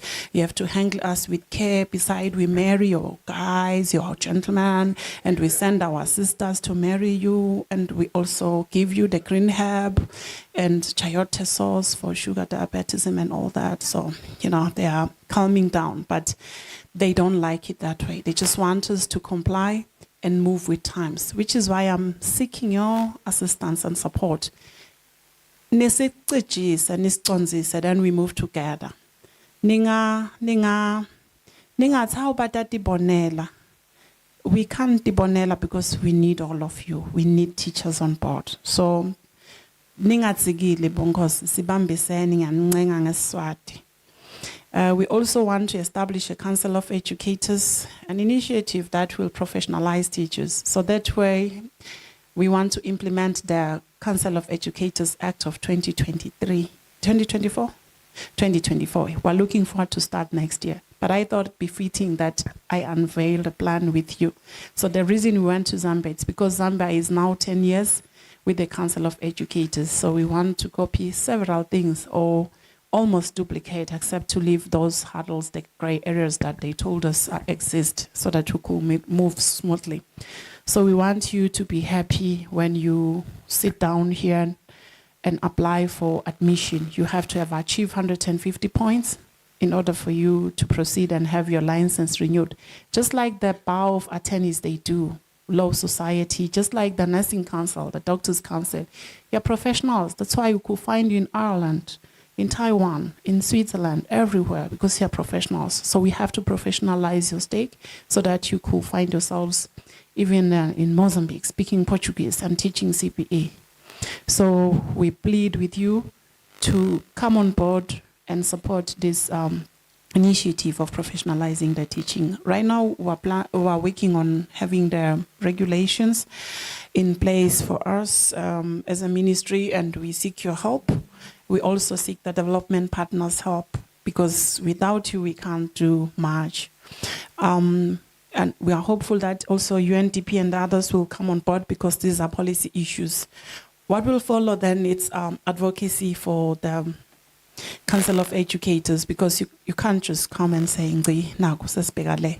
But what you should prepare yourself with is that there will be CPD, continuous professional development, in order for you to achieve. What the minister is also in the process of doing is to professionalize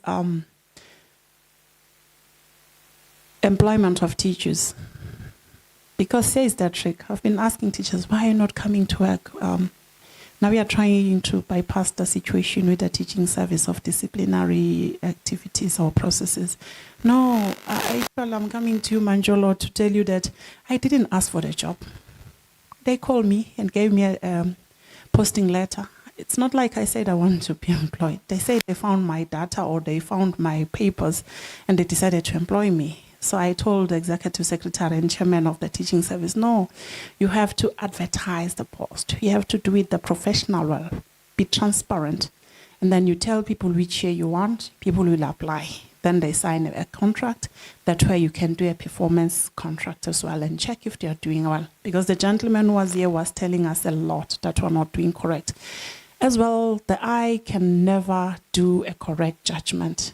We're found wanting in terms of transparency, in terms of how did you achieve having this short list. When we apply for promotions, oh, you choose your friends, oh, you choose, you use NCC because you used to work at NCC. That's why you have shortlisted these individuals. They're always stories. I've had so many stories.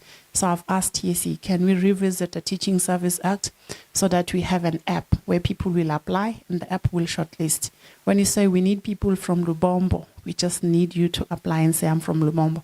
That way you don't have to travel and work in Hoho and leave your family and request for housing or request a rented flat or stay in a traditional doctor's hut. And when the traditional doctor starts, then you have to clap hands and also dance with him. So we want to remove you from all these stresses and troubles and allow you to stay with your families and also reap a lot in terms of social development and also in terms of loving your children and supporting your families.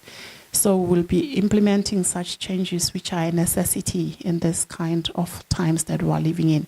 We're a global citizen, so you could apply from wherever you are, get shortlisted, you only come for the interview when it's time for you to come for an interview. So there will be complaints. I don't know if the regional education officer sent my application. I don't know if I'm still there. Who is shortlisting Manjolo? I don't know if they've really shortlisted me. Oh, why did they leave me? Maybe I didn't give an incentive. That's why they didn't. No, we don't want all those stories. We want to cut the stories on the tail and deal transparently with issues. So that's what we'll be doing.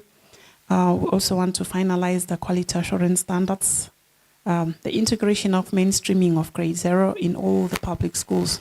So the Prime Minister was also asking me yesterday to prepare a presentation. I know EU is worried and all the other partners, why you're not, UNICEF, why you're not implementing grade 0 across the board.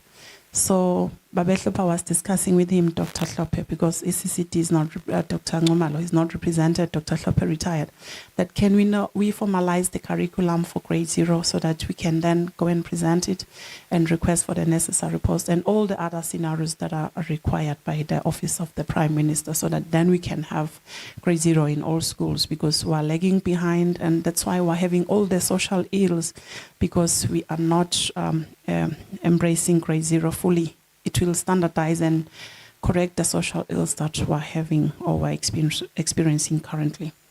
Okay, the implementation of the competency-based curriculum started in 2019, as I've already said. It's now at grade 7. So I've asked the colleagues in the ministry when we go to Parliament, Parliament will ask, are you ready? You're piloting the 4-year program. You say you're starting the CBE in secondary schools come 2026. And they always started, we're ready, Msebe. They wrote. Then I asked them one day, are you sure about this? Say, yes, oh, we're very sure. Oh, okay. But then she was not the chief. Someone was acting. I say, I want you to understand that one day I'll have to ask you, are you sure that you are not ready now? Because you've been telling me you are ready. You're going to roll out. We don't move back and forth, colleagues, because the student or pupil in grade 7, they are not guinea pigs. We don't do testing with people's lives. So that is why we're moving on to grade 8, because it is the expectation of society that we move on with the program, that we support the children. Because if you say they do CPE in grade 1 to grade 7, then in grade 8 they do OBE. What are you saying to them? You're confusing them. You're already destroying them. You've heard them saying that they're tired of the prison. They're tired of the judgment. They want to be judged individually. They want to continue with their passion and do what best suits them and their conditions. So let us support that and move with times. Rolling out of CBE in grade 8 will start then 2026 with the training of head teachers, training of trainers, but we're still attending to Form 1s when we train trainers of trainers. We're not going to train Form 2, Form 3.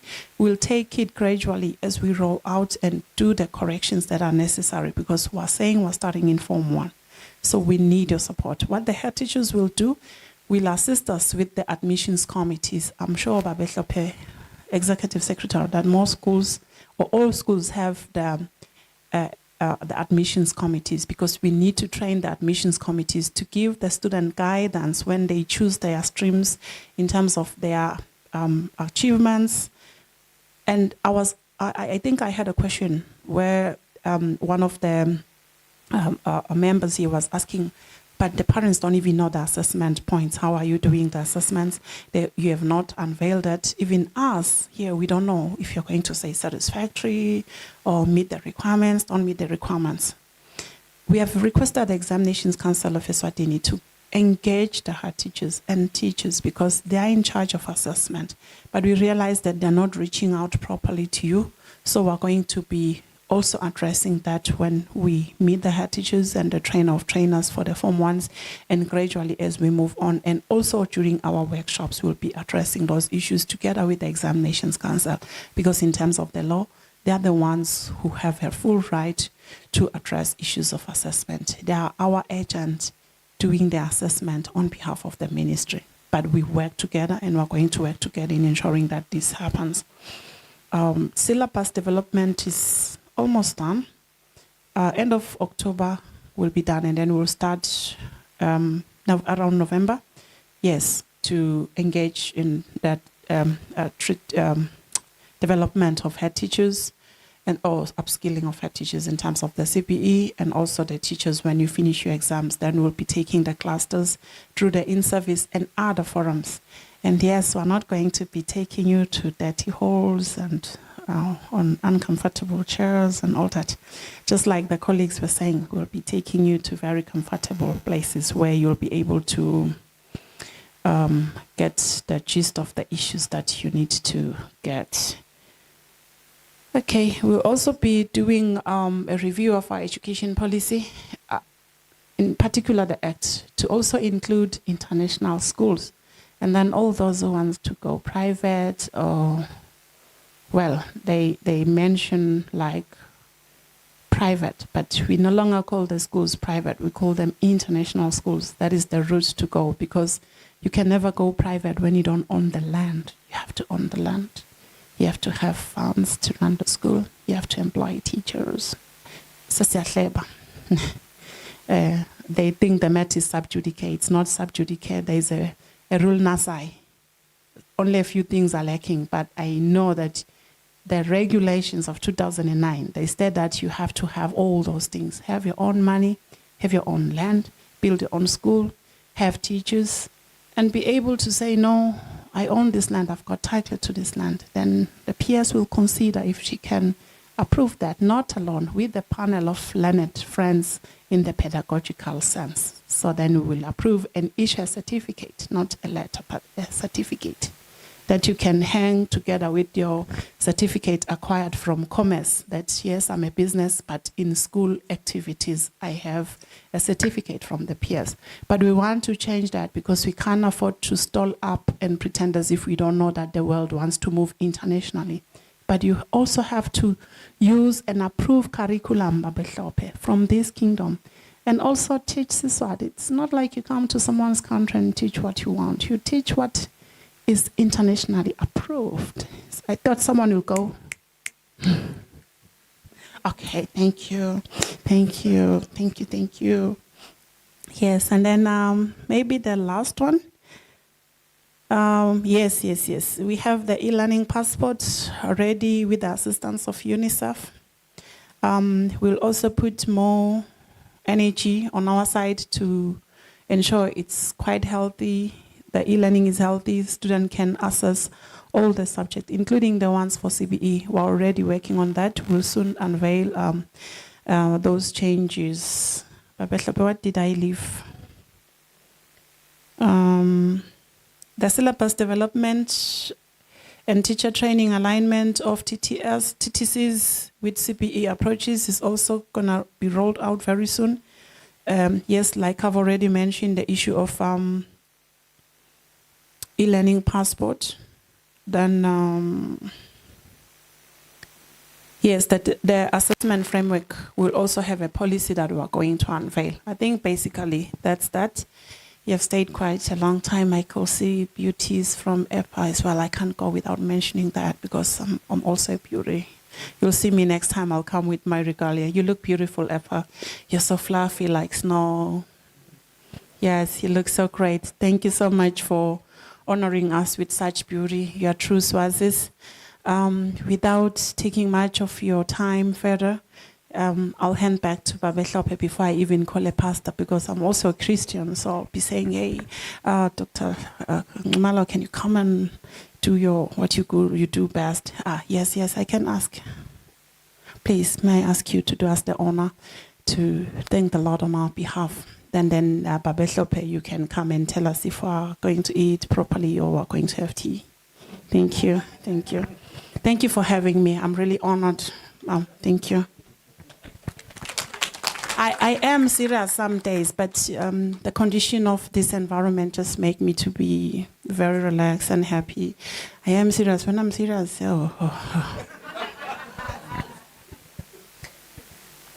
Let us pray. May I request that we stand?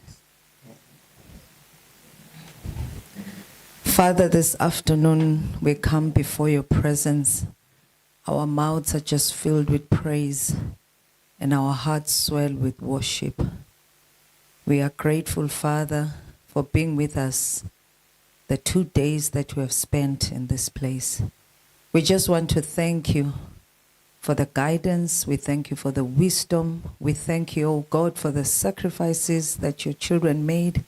We thank you for provision of resources.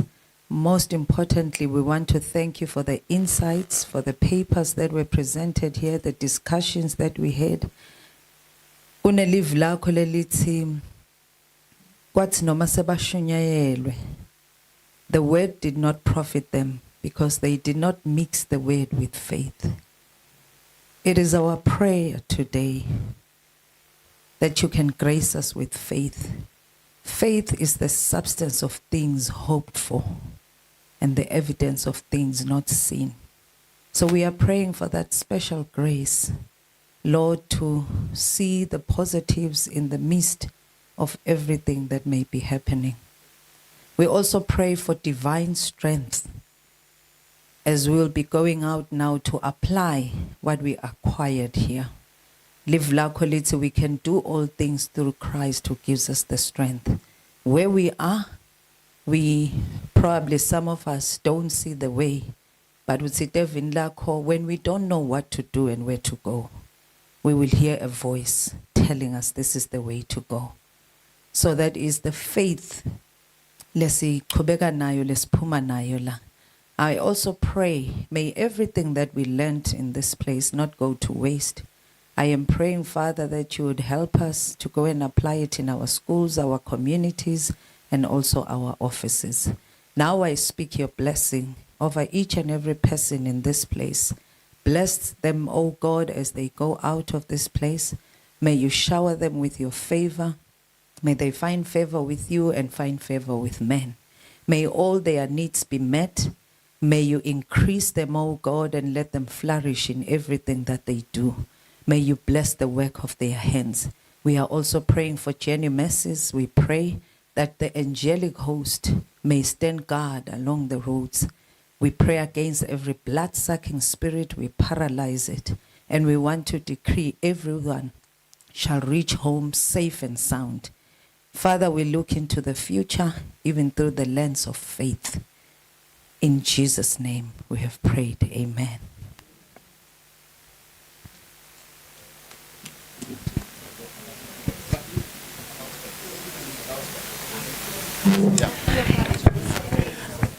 Siyabonga colleagues.